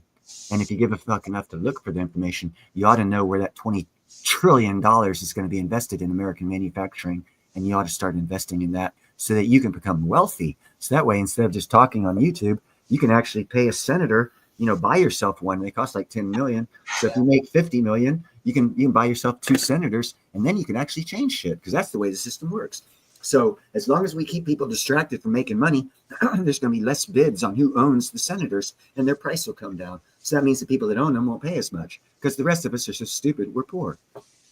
Well, the reason I look at that 20 trillion because Japan has got that new woman PM, and she said that money's not that supposedly they're going to send to the U.S. It's not going to sit where it normally sits. It went to created a Bank of Japan or something so that it can be stopped quickly. So I don't know if that money's really there or not. And I honestly, I can tell you right now, I don't believe that story, because what you just told me is an American president came on national TV and lied to the American people, and you are using a baseless story that has no reference point to it about someone who said something, and you're drawing a conclusion off of that. When I can guarantee you right now, Google has Japan dedicated a certain amount of money to America. If the answer is yes, it doesn't matter the flow of that money, because only an idiot would give away trillions of dollars and not want to make profit as it flows, because greed is it's worldwide. Not only Americans have greed, Russians have greed, Iranians have greed, Persians have greed, Palestinians have greed. It's an international monetary thing. It happens to everybody. So if you're going to transfer $1 trillion, you're going to want to take a 0.002% on a transfer fee, right? So if it gets funneled one way or another, determines whether you make $100 million or they make $100 million. See, but we're not going to recognize that. We're just going to go on TV and say, well, they said it's not really getting transferred the way we think. Well, of course it's not. because they want to make their money before it gets transferred. The bottom line is it's going to get transferred. It was committed. The people said it on national TV. So either they're lying fucks, Trump's lying fuck, everyone's a lying fuck, and we're going to die tomorrow, or the money's coming. I'd rather believe the money's coming. It's an inconclusive story. But yeah, the one you did, but the one I said is not. No, they're giving us money. They've already committed it. They committed it in front of a large group of people and multiple agencies and government, not government, but country news stations. They made the commitment, as they always do. But this time, because it's Trump, we're not gonna believe it this time. But like 4 years ago, when countries committed money to America, it was a non-issue. 8 years ago, it was non-issue. 12 years ago, it was non-issue. 14 years ago, it was non-issue. 16 years ago, it was non-issue. But Trump's in office now, so now it's an issue. You see how stupid that is? It's happened. This has happened before. Read history. It's not special just because Trump derangement system is out there. Yeah, Trump derangement system seems to be hitting everybody. Let's use critical thinking. Hey, you know what? I don't like the guy either. You know why? I didn't vote for him. But you know what? I hate Harris. I didn't vote for her either. So where do I fit in on these narratives? They're not legitimate. Because if I don't fit into these narratives that are being sold, they're lies. Because they're based on you either like or hate. You either like or hate this or that. No, I'm not that stupid. Don't fit me in that box. I'm above that. That's why I'm going to be a multimillionaire, and I'm trying to educate people on my path, hoping that some other people jump in on it and get off the stupid shit of, oh, what he said, she said, ooh, ooh, ooh. You know, come on. We're past grade school, bro. We are fucking adults. He's the president. Support the country. Hey, when Trudeau was your president or whatever they call him up there, you support him because you got him. He's yours. He's the one who determines your life. So if you don't support him, you don't support your life. Trump's our president. He's leading America. I am not going to say I don't lead. I am not going to follow where my president says to follow because he's the president of the United States. He's not the president of Trumpville. There's not no new country called Trumpville and we're all going to swear allegiance to Trump and bow the knee and all this. That's all bullshit lies. He's going to be president for a couple more years. Then it's going to be someone else, as always has been. Nothing different other than stupid people with Trump derangement syndrome trying to make it different because their feelings got hurt. Yeah. I don't care. I don't give a fuck about your feelings, my feelings, or anyone else's feelings. Because right now, in this time in history, I see it as a time in history you're going to make money or you're going to be broke for the rest of your great-grandchildren's and their great-grandchildren's life. There's a financial shift coming. You get on the safety boats or you go down with the Titanic. A lot of people are wanting to are partying going down with that Titanic because they got Trump derangement syndrome. And I hate it for them, but I'm not going to donate any of my money that I make to humans in America who freely chose not to become educated on under their self intelligence, and they chose to listen to other people and believe their lies. Yeah. That's choices and decisions people make. And there's also these things called consequences for which we have been void of having during the last administration. There was no such thing as consequences. You could come across the border, break the laws, and be given $15,000 a month for breaking our laws. So there was no consequences to decisions. I didn't like Biden because he was Biden. I didn't like Biden because he took away consequences. And if you take away consequences, like, hey, if it's not illegal to murder, I got a long list of people, man, that I would really, I think they deserve that. But because of the law, I'm not even thinking about it. So if we're going to take away consequences, look at the reality of where that'll get you. So when someone brings back consequences, be thankful, because to not have consequences is a lot worse, because you got 300 million Americans that feel someone else did them wrong. And if there's no law saying they can't take care of it themselves, you got 320 million Americans pulling Hatfield and McCoy. You know what Hatfield and McCoy was? Two families had a feud and they killed people over it. Yeah. That's non-consequences. You start killing your neighbors when there's no consequence to killing your neighbors. No. The government had to step in and tell them, hey, there's consequences. Yeah. Oh, we'd all be dead. Don't get me wrong. International politicians are dirty. They're all dirty. The fact is, are you dirty? No, then do the right thing. Make money. Take advantage of everything that's out there. Do it. Don't be talking about the dirty. Everyone 100% agrees there is no equivocation. Every politician's dirty. Congratulations, we're all on board. Next subject. We're all on board. No reason more to talk about it. Are we going to change it? No. Okay. Next subject. because the last one was totally dirty. The one before that was totally dirty. The one before that was totally dirty. The one before that was totally dirty. The one before that was totally dirty. What's the difference? We're still not making money. The difference? Let's make money this time. Yeah. I don't know. I thought I was way too old to be worried about this shit in my life. I'll tell you that. The older I get, the more worried I get. Because you know what? I think $1 million handed to a fucking hospital will get me more coverage than Obamacare. And the only way I can hand them $1 million cash is to earn it. Because I don't want to go in there on Obamacare. I had a friend go in, had prostate cancer. He died. They didn't find out he had prostate cancer until they did the autopsy. And they said, oh, fuck. Insurance didn't cover the test for prostate cancer, but we went through all $5 million of his Obama fund money. We didn't find the cancer and he died. Sorry. Yeah, I don't want that health care. Thank you. Well, I understand statistically 8 in 10 men will end up with it, so they should be looking for it. Elevate myself financially, get myself out of the humdrum that everyone's in, of staying poor and believing what other people say and talking about the belief of what other people say, rather than increasing your own knowledge base and financial base. Because in all this time that we're talking, what we've been talking about for the past half hour is about people. What I talked about for the first hour before that was about ideas. The difference between people that are going to make money and people that don't make money is, who is it that said it? It was Socrates, one of these great philosophers, said, small minds talk about people, great minds discuss ideas. So if you want to be great, quit talking about people. So everyone who has Trump derangement system, never going to be great. So don't hang out them, because then you got to go back to saying, if you don't want fleas, don't lie down with dogs with fleas. So if you know people aren't going to be great, why are you hanging around them? Because if they're not going to be great, you're not going to be great. So now you've delegated yourself to a non-great status in life where you're always going to be a follower, only complaining. You're going to die young, be unhappy, and have miserable life. Or you can make a free choice to change that perspective. I made that choice a long time ago. I'm still blaming Nixon. Okay, I'm going to die tomorrow because of my heart attack I might have, because Nixon did all those evil, bad things way back then. Same things Trump's doing now. Same thing Biden did now. Same thing Carter did. Same thing Reagan did. Same thing Obama did. Same thing Clinton did. Same thing Ford did.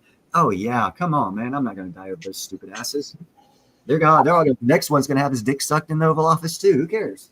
Oh, I'm not picking Trump out of it. Like you say, Nixon, I remember him real well. There's a lot of stinkers, if you want to be nice about it, long before Trump. It's not a new thing. FDR was accused of a lot of shit through the war years and that. But anyway, I don't know. Politics are always the same. I just remembered this. If everyone's so concerned about Epstein, why are you voting Democrat? Because Epstein had a picture of Bill Clinton in a dress in his front foyer as you enter into his door on his private island. So that means obviously Bill Clinton was obviously there, and he was president for 8 years, and no one wanted to impeach him. As a matter of fact, we all congratulated him while he was getting his dick sucked, talking on the phone, doing government business in the White House. Hey, that was glorious and great. Yeah, okay. Sure, that's glorious and great. So we have a known pedophile, known for a fact, was at Epstein Island, and we're still talking about Trump. Well, let's throw Clinton in jail first, because how did he get that portrait of fucking Bill Clinton in a blue fucking dress with high heels sitting on one of his chairs at his house on his island? Yeah. It was a portrait. That means you have to sit there. That means he was there. It's a fact. Bill Clinton was there. Fact. In front of all of our faces. And yet we're talking about the possibility that maybe Trump was there. They tried to throw Trump in jail. If he was on that list, why didn't they use it? They could have had him thrown in jail. They would have used that. Yeah, no, because he's not there. But you know who is? Bill Clinton. No, but the thing is, when I talk about it, they come at me like I'm against Trump. But I look at it, this is a worldwide ring. It doesn't. Yeah, so don't bring up names of presidents. Exactly. It's not Trump. It's Biden. Because see, the way the world works, if you ever own a corporation that's real big, you just don't wake up one morning and say, hey, we're changing everything today, and at the end of that day, it all changed. No, it takes about 6 months to a year. The bigger your operation, the longer it takes to change it. Yeah. So the first year of a new presidency, really, it's not. He's doing a lot of things. He's passing a lot of things. He's saying a lot of things, but they're not going to take effect for at least 12 months. We're still experiencing the last administration shit. Uh, That's how it works. Next year, we'll start feeling the ramifications of the first year or of his second presidency. But yet we're all determined that he's already failed because we see what the effects of what Biden's done to us, and we're putting them on Trump, not having a conclusive understanding of how long things actually take to work. If you have a functioning government, if you have a non-functioning government where you have people in key positions that hold things up and make things worse intentionally, it even gets worse. And oh, by the way, that's what we have. But hey, Trump didn't put those people in there. They're all Biden and Obama judges that are illegally telling, and SCOTUS already stated that these little minor judges need to keep their little power grabs to their little communities, because they can't make international law on judgment from a little small town like they've been doing and fucking all of us by trying to take executive power and put it in their little courthouse. It's happened 5 times. It's really fucked America up big time. All of them was Obama and Clinton appointed judges, and all of them have been taken from the bench looking at prosecution for violating their oath of office. I don't know. I don't have any answers. So as long as you have an embedded group of insurrectionists in key positions for a coup, and that coup didn't take place because it was stopped in time, you still have all those little minor officials in key positions that you got to take care of because they still fuck shit up. That is what's going on in America. That is why we're not prosperous right now. We're still cleaning house from a coup that almost took our country from us. And we're not going to see that in history books for about 20 to 25 years.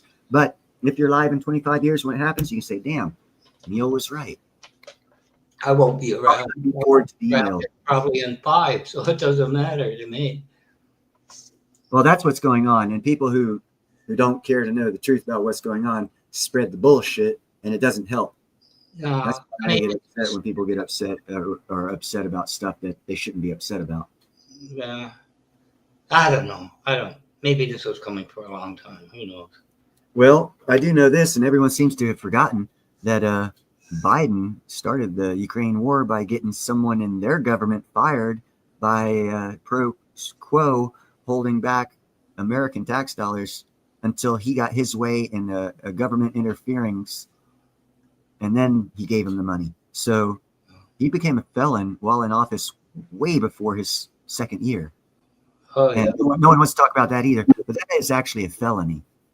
And he could actually be shot in front of a firing squad for that if we followed the law, because he led our country into a war. Damn it. But it's Trump's fault because Biden did that. I agree with everyone. It's Trump's fault for allowing Biden to do that to us. I don't know. It just seems to me we're dealing so much with the past. You got to deal with issues and fix them, but the blame and everything else, like, get on. Well, if people are waking up this morning and blaming Trump, you're blaming the past. Yeah, I mean, yeah. That's so every Antifa person out there is blaming the past, and they're part of the problem. I agree. I don't know. It's always the same. It just recycles. It's like history. It's always going to repeat itself. In politics. It'll rhyme, not exactly repeat, because I'd be rich right now if it actually repeated, because I see patterns and I would have definitely known exactly where to put my money. But I was a little bit off because it rhymes, it doesn't repeat. I don't know. What changes, eh? I was alive in the 50s. Talk about changes. Not that, I mean, I was a child. And back then, the stock market was known as the Nifty 50. And the reason why it was called the Nifty 50 back in the 50s was because everyone saw it as gambling. And now we see it as a financial institution, when indeed it's still gambling. But our perception of the stock market has changed, and now we've built a whole economy around a gambling casino. How well is that going to work out for us? As long as my dad had to retire at 65. He had no choice. But he was a customs appraiser, like a head, PM1. And he worked like the trucking bonded trucks. There was a Lakeshore one and a Scarborough one around Toronto. But what amazes me, Neil, I didn't know it at the time. I knew how I grew up. We had leftovers, whatever. But he could not have made much money. But towards the end, when the states and things became obvious, he died in 97. How he managed the stocks is beyond me. how he managed to get in on Bell Canada. There's a number of them.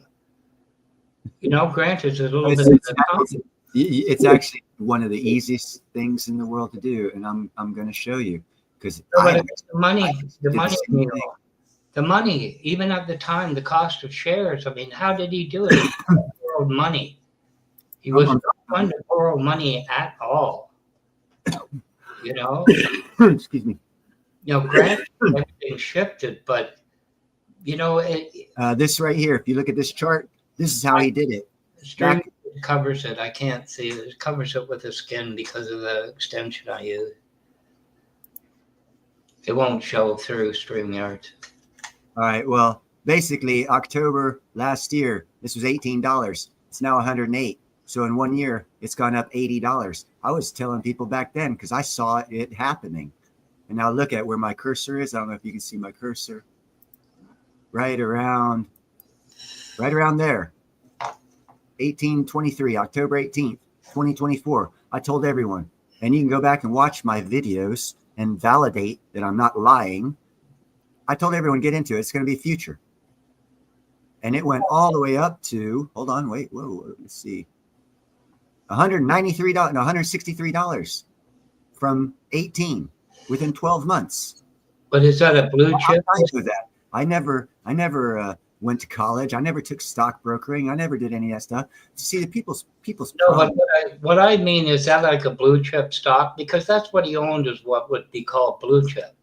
Yeah, it's irrelevant what you call it. It's called knowing what's going to go up and knowing what's going to go down. If it's this blue chip, then you get into blue chip. If it is bonds, then you get into bonds. If it's something else, then you get into something else. So how you know it's going to go up is you look at what your government tells you, and you're not sidetracked with crazy stuff and stories that are lies and being pushed on you, and you actually listen to what the government said. Because in 2 months prior to October 2024, the government told me, and specifically me, because they didn't tell anyone else because they cut the live feed off for the rest of America, and I was the only one to get it apparently, but on national TV they said they were going to revamp the Nuclear Regulatory Agency, and it'll no longer take 20 years to get approval for a nuclear facility. It'll take 6 months, and we're going to walk you through the process to make sure it happens.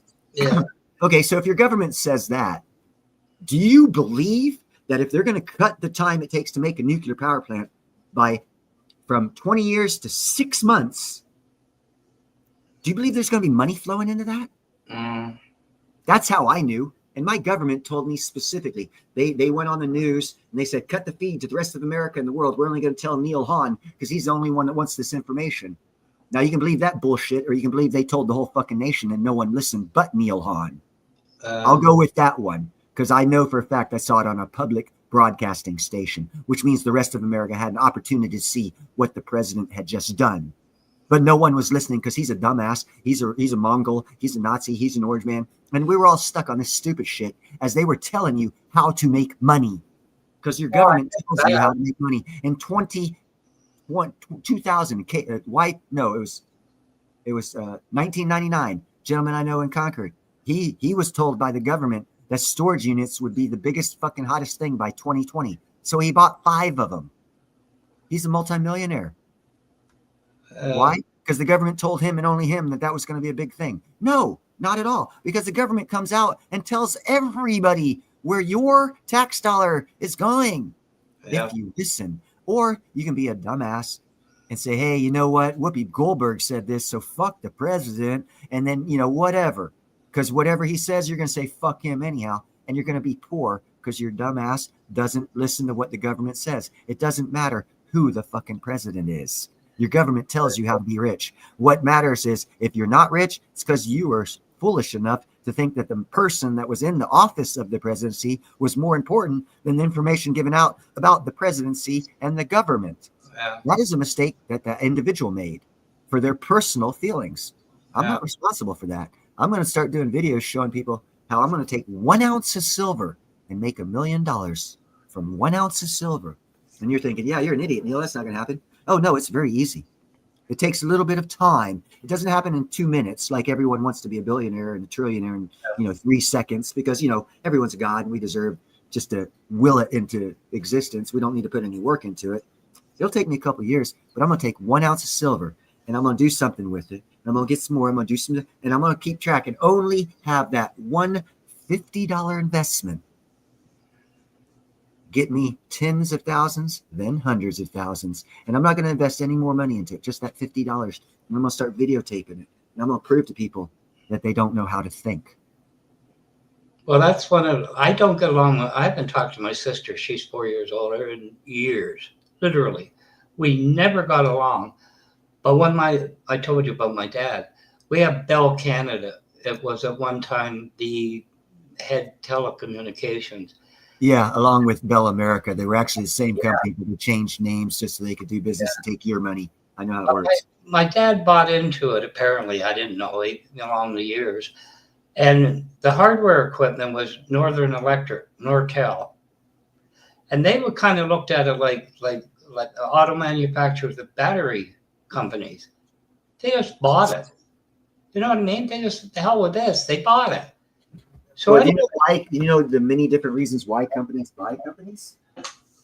There are companies out there, corporations. They're called S corporations. If you research into businesses, you can do an S corporation or C corporation. S corporations out there, ABC, yeah. S corporations out there to make money. If you open a C corporation, it's to lose money. That means you buy companies that lose money. Why would a company buy companies that lose money? Well, taxes. Taxes, yeah. So if you tax the rich, they're going to quit buying these failing companies, and they're going to let them fail. And a lot of people are going to be homeless and jobless. See, people don't understand that how taxes and business really work, and they run their mouths about stuff. Oh, this tax to millionaires. Y'all dumb, man. But the point was, our economy runs off billionaires. I said this at the beginning of the show. Ibrahim Thoray said he's going to make a couple billionaires because he wants to have a thriving economy, but he wants to control it. America has the first trillionaire. Guess what? We're going to have a thriving economy, worldwide economy, and we're going to control it. Yeah, that's a fact. You can deny it, but in 5 years you'll be like, "Damn, Neil was right." I'm telling you, man, it's going to happen. They're telling us everything that's going to happen. No one's fucking listening. But anyway, at the time I got downsized, and I had a disability I kept in my pocket. Kept it going just in case. Well, I couldn't find anything. IT crashed. Anyway, I was on disability. So they were settling up after my dad, they're straightening things out. And all of a sudden, Bell sent something out. And they said Nortel. Nortel shares were $134.50. So my sister says, well, my mom's there. They've offered cash. And I said, what? They're not offering stocks in Bell. No, they're offering cash, $134.50. I said, because it was divided, my mom got half, we got a quarter. That's how it kind of was written. So I said, sell it. She said, Mom will pay tax. I said, we always pay tax. So she said, no. And I said, look, sell it. Give it over to me. I'll sell it, pay the tax, and give you guys cash. She said, no. Do you know what went off the stock market? Under $1 a share. We lost tens of thousands of dollars. Yeah, it's called not being knowledgeable about what your government's doing. I have a second cousin who retired upper office with AT&T, or as he called it, Ma Bell, and he had one hell of a good retirement. He got like $10,000 a month. He was really up in the executive branch. I know exactly how they played their game. But I just, I almost said to her, so you're going to throw away what he did all his life? But I didn't. I didn't want to say that. I just thought there's nothing I can do. And then thinking about it and talking about it is a waste of energy and effort. Let's talk about how we can take that $1 share and make it into $100,000 for each dollar. It went right off. It failed. The whole company went under. Yeah, I know. Like I said, I have a family member that was an executive of Ma Bell. I know exactly what happened to him. Yeah. No, it wasn't Ma Bell. It was Nortel. They got rid of it. I said, why do you think they're getting rid of it? What's going to happen to Nortel on their own? There's only about 5 companies that own all the companies out there, but they allow them to keep their names so that you think they're the company. Because the way companies work is if you want to not be taxed, you start 5 LLCs, then you start an S corporation, then you start a C corporation, And then you start a living trust, and you incorporate all of them into an incorporated entity. Yeah. That thing is so strangled up that you will never be able to get any tax money or any legal action against that thing. Before that to happen and grow, you have to own half the companies in America and allow them to keep their name and believe other people, let other people believe that they're not owned by five separate companies. That's how American business works, brother. And our economy is changing right now because there's a lot of billionaires losing money because our economy was built off of health care under the Clinton and Obama eras. That's ending. So Obamacare is going to go away. Healthcare is going to become more affordable. A lot of things are going to be changing because our whole economy, the world economy, is shifting. And I think November 22nd, it'll be the start, I believe, of the SWIFT 2.0 ISO 222. So if you don't have yourself some of those cryptocurrencies, guess what? Your grandkids are going to be poorer than they were if you'd opened your eyes and realized what the hell is going on in America right now, today. You got about 12 days left. Well, she was exactly correct. She might have thought, look, you're picking at his bones, for money. That's why I almost said to her, all he wanted to leave, and you're going to throw it away. So much of it, but anyway, like I said, we haven't talked for years. It wasn't over that. That's nothing. That's just money. That's just a bit of money. I wouldn't lose anybody I love out of that, but we never got along. Never. So whatever. And this is why I don't talk about family stuff on my show, because I can't relate to anything that you're saying. I don't have a sister. I don't have a mom. I don't have a dad. It's only the stock I mentioned. Or because of the way. Yeah, and I've heard lots of people believe that. Again, as a family member of an executive of a non-existing company, I know hundreds of people that got fucked in the exact way you talked about, and they also did not listen, just as your sister did not, because they also were blind. I don't know, a couple hundred of them. Now I know about your sister, a couple hundred plus one. No, It's not new information to me, bro. I knew it when it happened. I saw my fucking second cousin's husband sell all his shit before it happened, and he made out like a fucking bandit, while your sister didn't, and you didn't. No one else did, because y'all didn't think the same. Well, I'm just saying, you take advantage of it. That's what I say. Take advantage of the business and get your money out of it. That's my point. That's one way to look at it. Another way to look at it is do the research and find out you should have taken all the money out because it was a failing company. But you can go on hey, let's take some of the money out just in case, if we don't want to do the research and find out it's all going to go away, we can get some of it out of it. And you can explain it off like that. But had you done the research, you would have seen that company was failing, bro. Yeah. Or you looked at the government fucking of America and see how they broke apart AT&T. Oh, hold on, wait. They broke apart AT&T into 5 different companies. Okay. So now one company owns 5 companies because they didn't break AT&T apart. They just changed names and CEOs. It's owned by the same shareholders. The government can't force a shareholder to sell. They can only tell a shareholder, your company's too big, break it up into several different companies. Duh. Okay. Shareholders the same. Yeah, we'll sell the company, but the shareholders stay. So they sell the company and the shareholders stay. So the same company owns all those companies because of the shareholders are the same. But we're looking at company names and company CEOs, and you don't understand why the Vanderbilts, Rockefellers, and all these other people are still multi-billionaires after 100 years and no one else is. Oh, don't get me wrong. I'm on Bell ISP. They're huge. They're the second largest in Canada, but I think they saw the hardware change coming and they went with somebody else because cell phones, all this shit coming. So they got rid of Nortel. You know what I mean? Old phones, and we don't need your old equipment. I know all about how corporations work. But anyway, it was just was money for the taking. Even if you pay tax, you're still ahead of the game. Can we talk about something today? Because I don't mind talking to people, but I want the show to be focused on future and now. Really, I was wondering, it'd be interesting how many galaxies has it been in, before it got here. Who knows? But yet we know enough to say it's an alien. So obviously we know where it came from, but they haven't told us yet. Yeah. Or, as I said, you have some Harvard guy who wants to make a name for himself, putting out bullshit to have you look over here, as $20 trillion is funneling into America, and you could be a billionaire. But hey, let's look over here because some Harvard scientist, Harvey Loeb, he's smart. He said it could be an alien. Yeah. And that catches everyone's attention. Now we forget about the stock market. We don't want to look at Swift 2.0. We don't want to look at the ISO 222 because it's not as interesting a topic as aliens from a foreign galaxy far, far away. Dun, dun, dun, dun, dun, dun, dun, dun, dun, dun. It's Darth Vader coming to see us. Yeah. No, I agree. Now and again, you need a diversion from life, don't you think, Neil? You don't look away. You don't stop paying attention.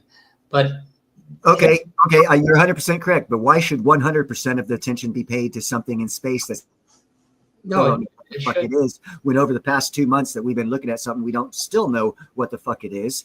You could have been investing. You could have been gaining knowledge on investing. But no, we're still worried about Avi Loeb and the aliens. Are they aliens? I don't know. It's getting bigger. It's getting smaller. It's light. It's dark.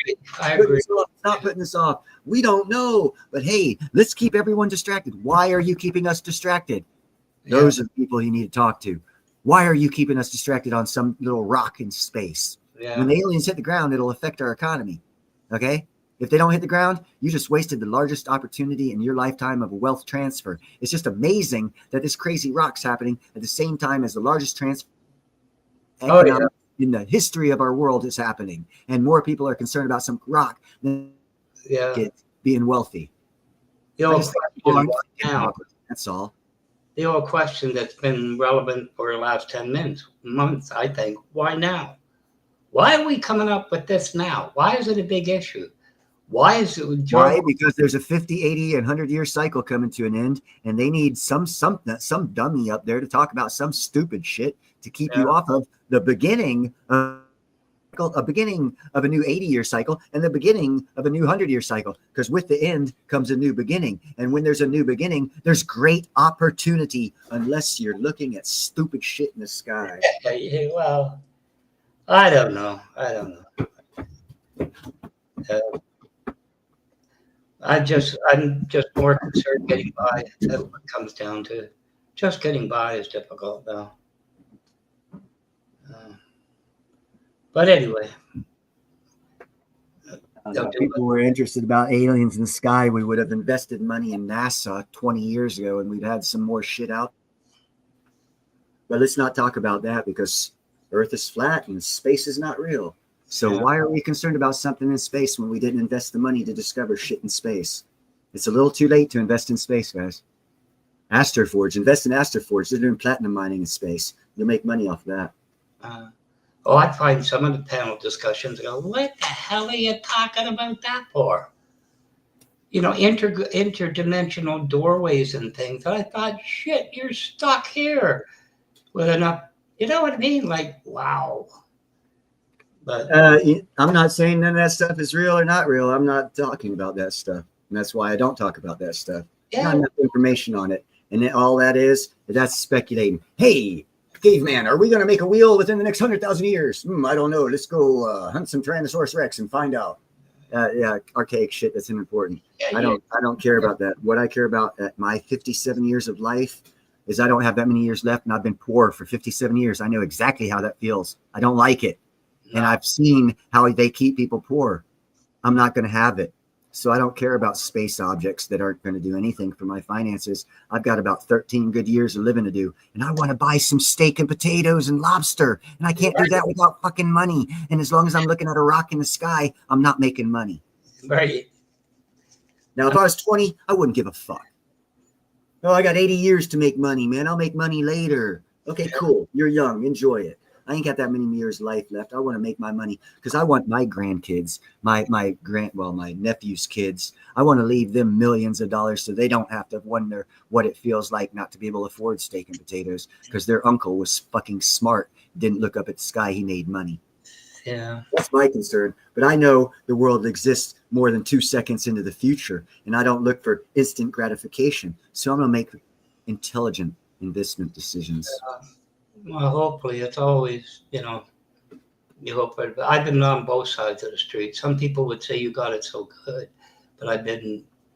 Even as a poor person, I've got it better than 90% of the world. Not in a third world country.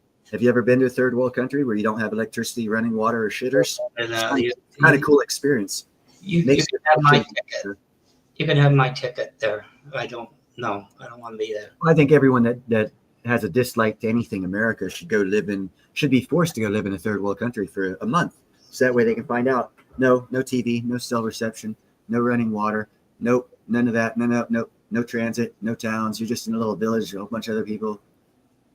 Enjoy life. And you'll have a different perspective on how good you have it here in America. And you'll be appreciative when you come back rather than wanting to tear it down because you don't like it. No. Well, I don't know. Well, Anyone who wants to tear America down needs to be shipped over to South Africa for 6 months with no money and say, hey, start over. We'll bring you back in 6 months if you think that America's better than South Africa. Because you've lost appreciation for the gifts that you were born into and you haven't sacrificed to keep them. So therefore you're entitled, and you come to us with an entitled attitude. And that is not one that I like, because no one is entitled. That makes you regal. That means we have a royal system. That means that we are now an imperialistic thing and not a democracy or a republic or free, because now we're imperial because we want kings and queens. yeah. People don't know how easily distracted. Computer, crypto, and TikTok all got memory of a human down to 5 minutes attention span. Yeah. That right there means you have a stupid population. If you do any research, you'll find out in the 80s, the fucking NSA did a survey in the Middle East to determine how little money an Islamic would have to make before they would be radicalized. Back in the 80s, that number was $1,200. I asked myself the question, way back in the 80s, why is our government doing this? Now I'm looking at it, our government, our time, right here and now, and seeing all these people not making a lot of money. And I'm wondering, what's the amount of money Americans need to have before they get radicalized? Huh. Yeah, it's all set up, bro. Once you really figure things out. And you can't figure things out by going back 10 years. Oh, I know everything that happened the past 10 years. Yeah, okay, you don't know shit. Go back 50, go back 100, go back 200. Now you're starting to get a picture of what's going on tomorrow. Because it's all pre-planned. The only difference in what's going to happen tomorrow, to stop it from happening tomorrow, is one idiot from the other side delaying it for a little bit. It'll still happen, just not as quickly. So if you invest in something that you see, don't expect it to get a return. I know what you might say, but I've seen people with money. That Jewish guy I told you about, he says, I got my dream car. I said, a black ZR1, black on black. How would you know? He's miserable. He's disappearing. He's not happy. He doesn't seem happy. That doesn't have nothing to do with money. Money has nothing to do with happiness. It's a psychological feeling inside your own freaking head. It's called self-drama. But in my defense, because a lot of people, anti-Semitic, I'm not. Every 5 minutes wasn't about IT. I don't have to shovel my driveway. I got it heated underground. My wife went for, a dip in the pool. It's in the house. You know what I mean? That type of thing. It was thrown in your face every time you turn around. He's not happy.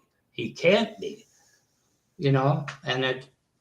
Well, it's not because of money. It's not happy. It's a lot of other things that, but basically you got to look at spiritually. How many people did he fuck over to get that money? And is it affecting his psychology? Every time he spends money, he's seeing inside himself the 5 guys he screwed over to get that money.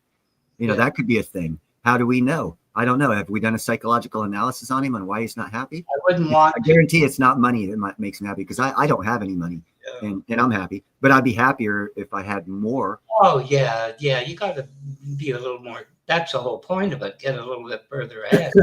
Would I be even happier if I didn't have to worry about money because I had so much of it? Oh, hell yeah.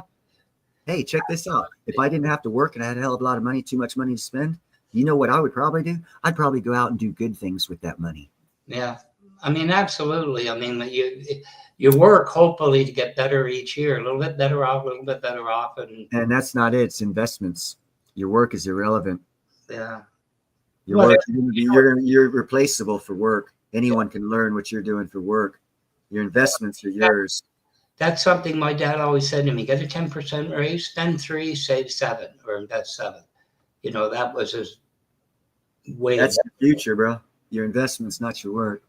Because when you're retired, your work ain't shit, but your investments are what you're living off of.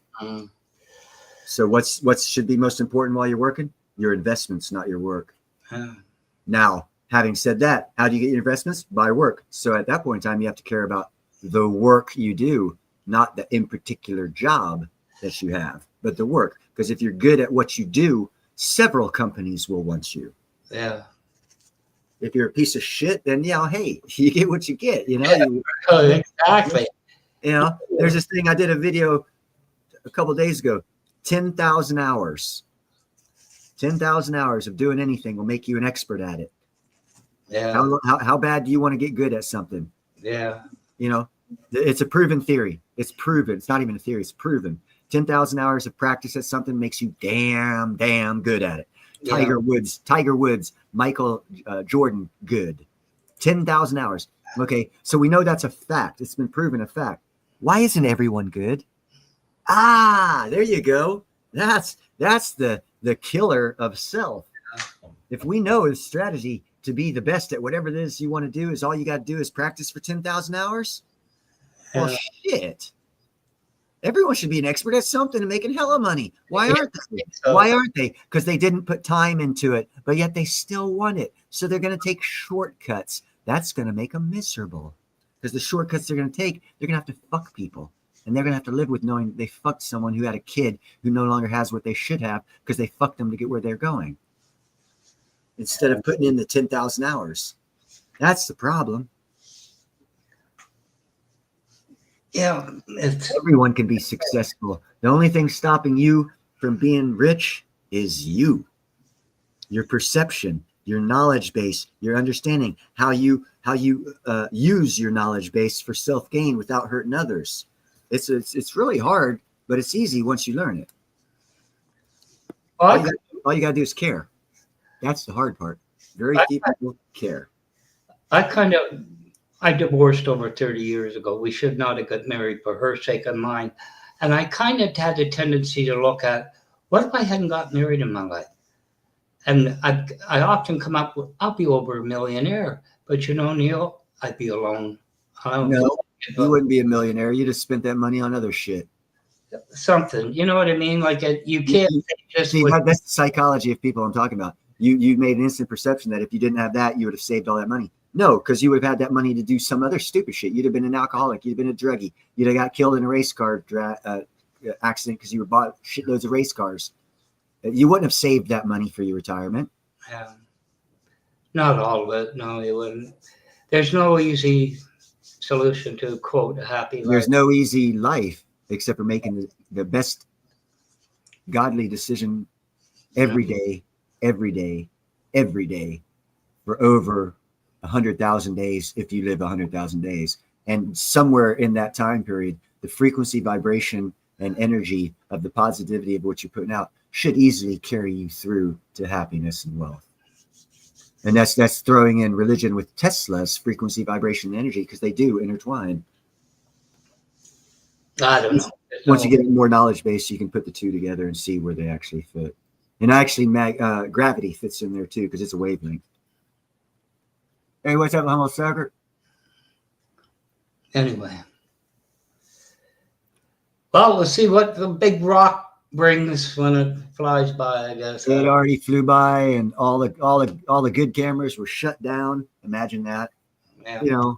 Why were they shut down? I don't know. It leads to more speculation, huh? Oh, the cameras got shut down because the government shut down. So there must be something there. It must be an alien. Now you get more attention to something that has nothing to do with you making money on this earth in your lifetime or your grandkids. Well, this is what I mean. Like the way things are now, and few people want to talk to Black Knight satellite. Who cares? It's been around like forever. I think we got bigger problems day to day. Racing. What's up, brother? I don't know.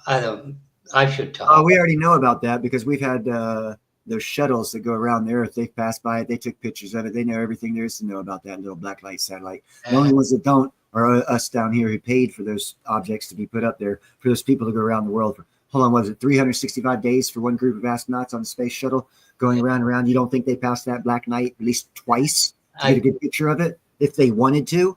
Come on, man. I guarantee you for national security, they know all about it. Sure. They just don't tell us. That's a constant thing. To this day, there are things that I cannot talk about that happened in 1991. Yeah.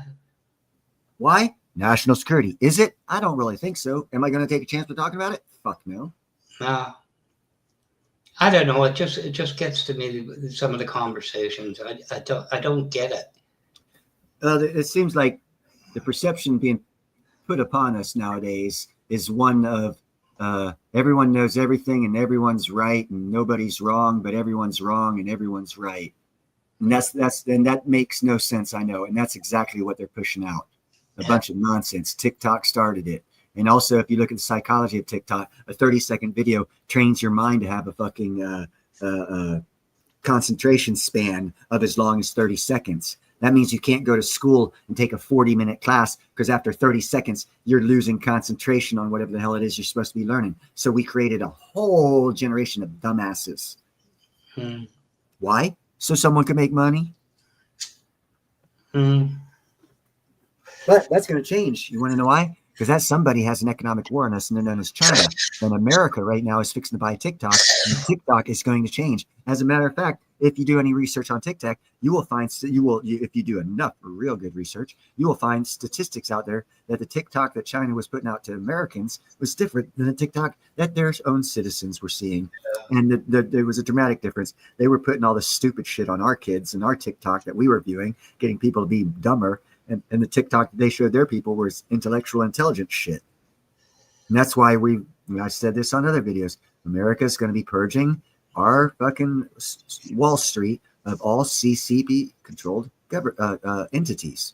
TikTok is on fucking Wall Street. It's a CCP controlled entity. America will buy it or put it out of business. There are lots of other companies. BlackRock's having problems now. Until they get rid of their CCP control, they're going to have problems and probably go down unless they fire all their little CCC people. Because anything you know about China is if you're a member of the CCP and you own a company, it's not your company. It's the government's company. Yeah. They don't have private ownership. So if they come over here and get CEO positions, they are actually foreign government operatives operating American companies for the benefit of their country. And we are purging them out of our system. That is why we're having one of many reasons why we're having financial problems right now. Yeah. But people don't understand that long-term goal anyhow, because no one ever has talked about but me that I've heard of. In Trump's first term, third year, Chinese dissidents turned over a list of over 5 million CCP cardholders located in the United States. That means they had over 5 million military personnel on our soil in Trump's first term, and no one gave a fuck. Yeah. So we're purging all of them out of our system, getting rid of all of them. That's why in Southern California, the CCP had an illegal chemical operation going, and no one gave a fuck.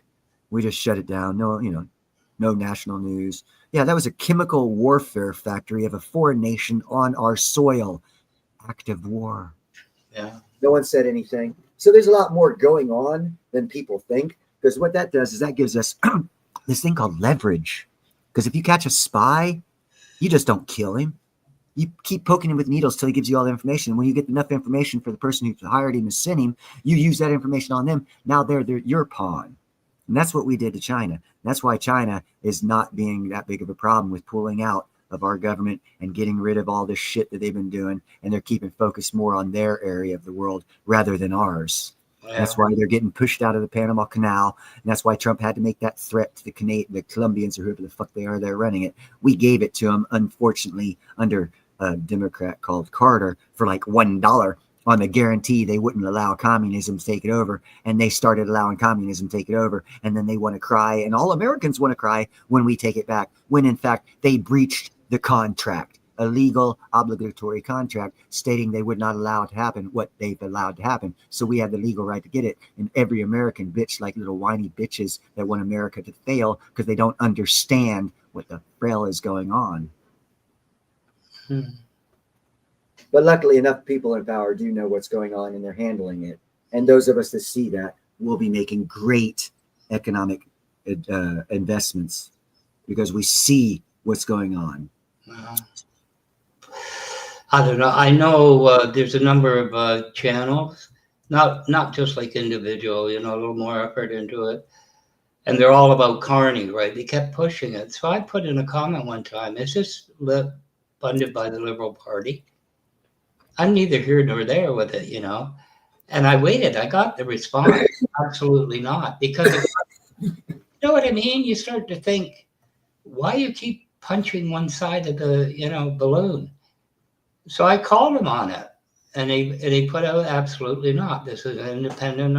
I appreciate that, but it just got repetitive. And I'm suspicious of it. Sorry, guys, about all the coughing. I've been I'm actually smoking some of the weed I grew, and it's damn good. It's actually probably too good. Oh, man. But anyway, it's been interesting. I don't know. More concerned about the average family getting food on the table and getting by and trying to get ahead instead of getting. The best way for that to happen is for them not to concentrate every hour they have on that and put a penny an hour into their future investments. So that way, eventually, that tomorrow will come where that small investment pays off and it'll pull them out of that situation.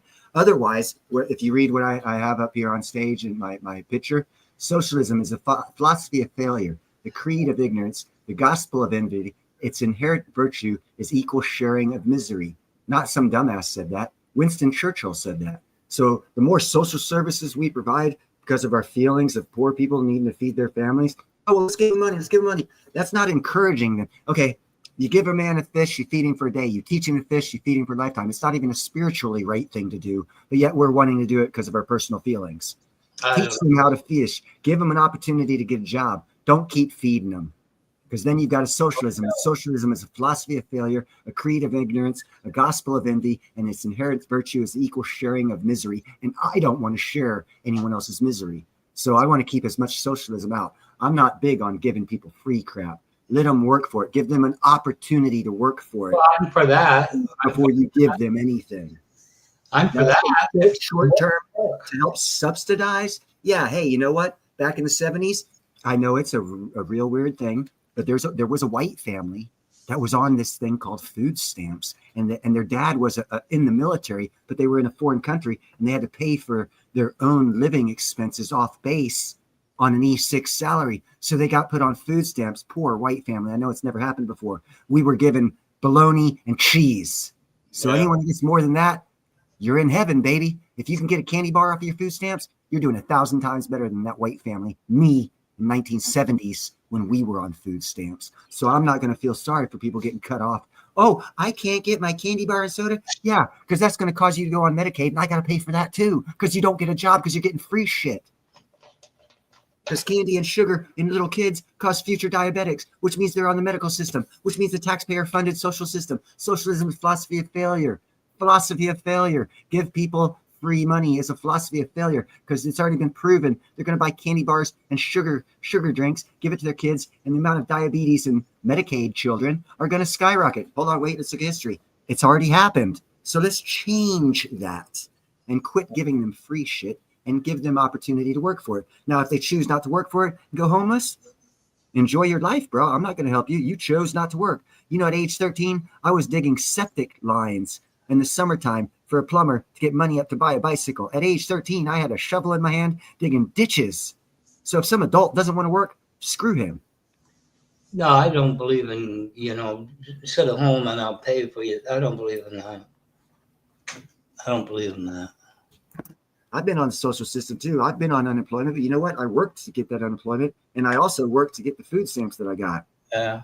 I went 27 years iron working without taking any social systems. Past couple of years have been rough. I've had to use them. I don't feel bad at all because I paid into it for 3 freaking decades. Now people are saying, no, you shouldn't. Fuck you. I paid for them for 3 decades and didn't take it. Now I need it. And what happens? Government shuts down. You see how white people get affected? So it's not bringing personal feelings, because every human being gets treated the same by the world. You get treated like shit. Yeah. I often hear about a lot of guys that took early retirement. They have huge companies, the pension, because when I started aircraft company, I missed it by 3 years, right? No more pension pay and shit. And I think to myself, it's not inconceivable large companies could go under. Then what would you do? Oh, Sears and Roebuck. AT&T, Yeah. Ma Bell. It's a guaranteed if the government follows law, every company will go down because there's this thing called monopolies and they're not legal. And the way to get real super big as a company is to become a monopoly, in which case the government forces you to sell, which is exactly what they did to Ma Bell and AT&T. So that's when things worked right. Nowadays, they don't work the same way. Now you have SpaceX, which is pretty much a monopoly. It's funny you mentioned Sears because there was Robert Simpson that opened a dry goods store and he moved down. He died early, but Sears got behind it. They said the Robert Simpson Company and Sears got. I worked there. That was my first job. And then Eaton's was the next one. They're still private, huge. But the thing was, I watched one of these things. This is how you know you were alive in the 60s. You know what I mean? You know, you pick up the phone, party lines and that. But one of them said the Eaton's catalog at Christmas. They never mentioned Simpson. Because Sears didn't go out of business here not too long ago, really. You want to know why they went out of business? Oh, the No. You just mentioned it. Catalog. They refused to go digital and go online with their services, and they kept giving out catalogs every year. Yeah. And that cost them a lot of money, and it wasn't as convenient because people could buy when they wanted. And Sears lost their advantage in their company's area of sales, and they went under due to stupid business moves. That's how it works. And if you look at their mortar and brick and mortar, they put so much money in it, and they didn't go digital. And check this out. That's all intentional. Yeah. That's all these malls that were open in the 70s and 80s are now empty now. You know what they're going to be in 5 years? Housing. They're going to be this new thing called indoor housing. They've already started a couple up in the Northeast somewhere where they took an old mall and they turned it into little 2 and 3 bedroom fucking apartment type places or condo type places. And then you open up, got your front door, and you're inside the center of the mall in a nice, convenient, safe, monitored area, no weather, nice temperature. And then you go outside. And then you got a big parking lot because it used to be a mall. So you have your own parking. And it's also surveilled, nice and safe. That's the next thing. You want to make money? Buy an old mall. Convert it to housing. It's going to be a big thing in the next 5 years. Just for fun, I looked into Eastman Kodak. Like, why? You know? Do you know they had this kind of, the leading edge of this technology we have in the 70s? They shelved it. Yeah. They kept going with film, and they killed the company. This stupid executive, you know what I mean? Decision. It might not have been stupid for them because they went digital and that was the future. Yeah. And at that point in time, anyone who was smart would have said, hey, you know what? We need to keep this film development technology around and open it up because in about 20 years for nostalgia, people are going to start using 35 millimeter roll film and want it fucking get developed and no one's going to have the technology to do it. And hey, guess what? It's actually a big thing in the film industry now to have a 35 millimeter camera that has a roll of film in it. It's just real hard to find the film. And if you can, it's expensive. So anyone who did what I just said would be wealthy now. And that happens every 20, 30 years. So if you just stick with something, you know, and keep it in the back burner and keep it around, it'll come back, you know, just like bell bottoms. You bought 10,000 bell bottoms in the 70s. You could have sold them for 1,000% profit in the 210s. Doesn't matter. You want to hold on to them. Do you want to take that long for your investment to pay off? Because they're out there. 1,000%. Oh, how easy. 20 years, though, 30 years, but it'll be 1,000%. No one wants to take those kind of investments. No normal little retail thinking person. The billionaires do it all the time. That's why we got 115 new billionaires in the past 5 years, because their long-term payoff paid off. Yeah. They were smart 10 years ago, made some good investment, made them billionaires 10 years later. And they're just starting to pile. Next year, we're going to have them from 2025 to 2030. In 2030, we're probably going to have like 2,000 billionaires. It's just going to be amazing. And people are still going to be wondering, why, how, what? Yeah, you looking at any space rocks? That's how. Because at that time, the largest wealth transfer in the world happened, and it made lots of billionaires. They're not today, but they made their investments today to be billionaires in 5 years. It's just the aircraft company I work for, I got downsized, but apparently they closed September 2022 after almost 100 years. They have them in Canada. But I went, and then Bombardier bought them, and all they looked for was the land. You know what I mean? Now it's under development. But the thing was, Neil, I talk about university grads. They hired a VP of IT. He He was white South African, so you imagine what that was like. He individually signed for 4 banks. He only rent them a memory for mainframe. Do you know what that cost? It never got installed. So the company said to IBM, cancel it. So they said, no problem, $8 million for the next 6 years. You want to go to court? He cost the company $48 million for nothing. And when he got fired, he got almost $1 million in salary. Yeah, because he had a good contract. He was a smart businessman. You know where he ended up going, from what I heard? I have no idea, nor do I care, because it has nothing to do with tomorrow. University graduates, what a bunch of bullshit. And most of them, yeah. Like I said, man, I quit 10th grade, and I can bring up lots of charts of calls that I've made over the years that are up to 1,000% in 12 months. So it's not a hard thing to do. It's a thought process. All you got to do is quit talking about others and start learning, and you'll find out that colleges didn't exist when we had Nobel Prize winners and we had real smart people. You know, I don't think Aristotle went to college. I don't think the Wright brothers went to college. Hold on, the industry you were just talking about, the aircraft industry, the guys that started it didn't go to college. The guy that started the car industry, he didn't go to college. Let's see, who else didn't go? Most everybody. Oh, the guy who invented the refrigerator, he didn't go to college. Let's see, guy who invented the wheel didn't go to college. Guy who invented the cart didn't go to college. Guy who lassoed the first horse and used it for transportation. I mean, all throughout history, no one went to college except for the past 80 years. And now apparently those are the only people that know. Yeah. That is the stupidest fucking theory in the world. No, I agree. In my experience. There are people out there. There's a little kid out there right now. Well, he's not a little kid. He's probably like 17 or 18. When he was 13, he broke fucking CERN. He broke reality. He came up and he explained exactly how they changed fucking reality by 0.001%. And he was proven correct at age 13. And all these 20, 50,000 year college students and professors were like, holy shit, he's right. Yeah. But yet he didn't go to college. No. That is a tell right in front of our face now, living time, that you don't need college to be smart. Yeah. You have to believe in yourself, because having college means, first thing going to college means you don't believe in yourself. That's the worst fucking learning environment ever. But we have convinced ourselves that it's the best. Mm-hmm. That's how stupid every human has been integrated into being through our society's belief system. You only have freaks like me that were born screaming and yelling and never shut the fuck up after 57 years saying, this is wrong. Yeah.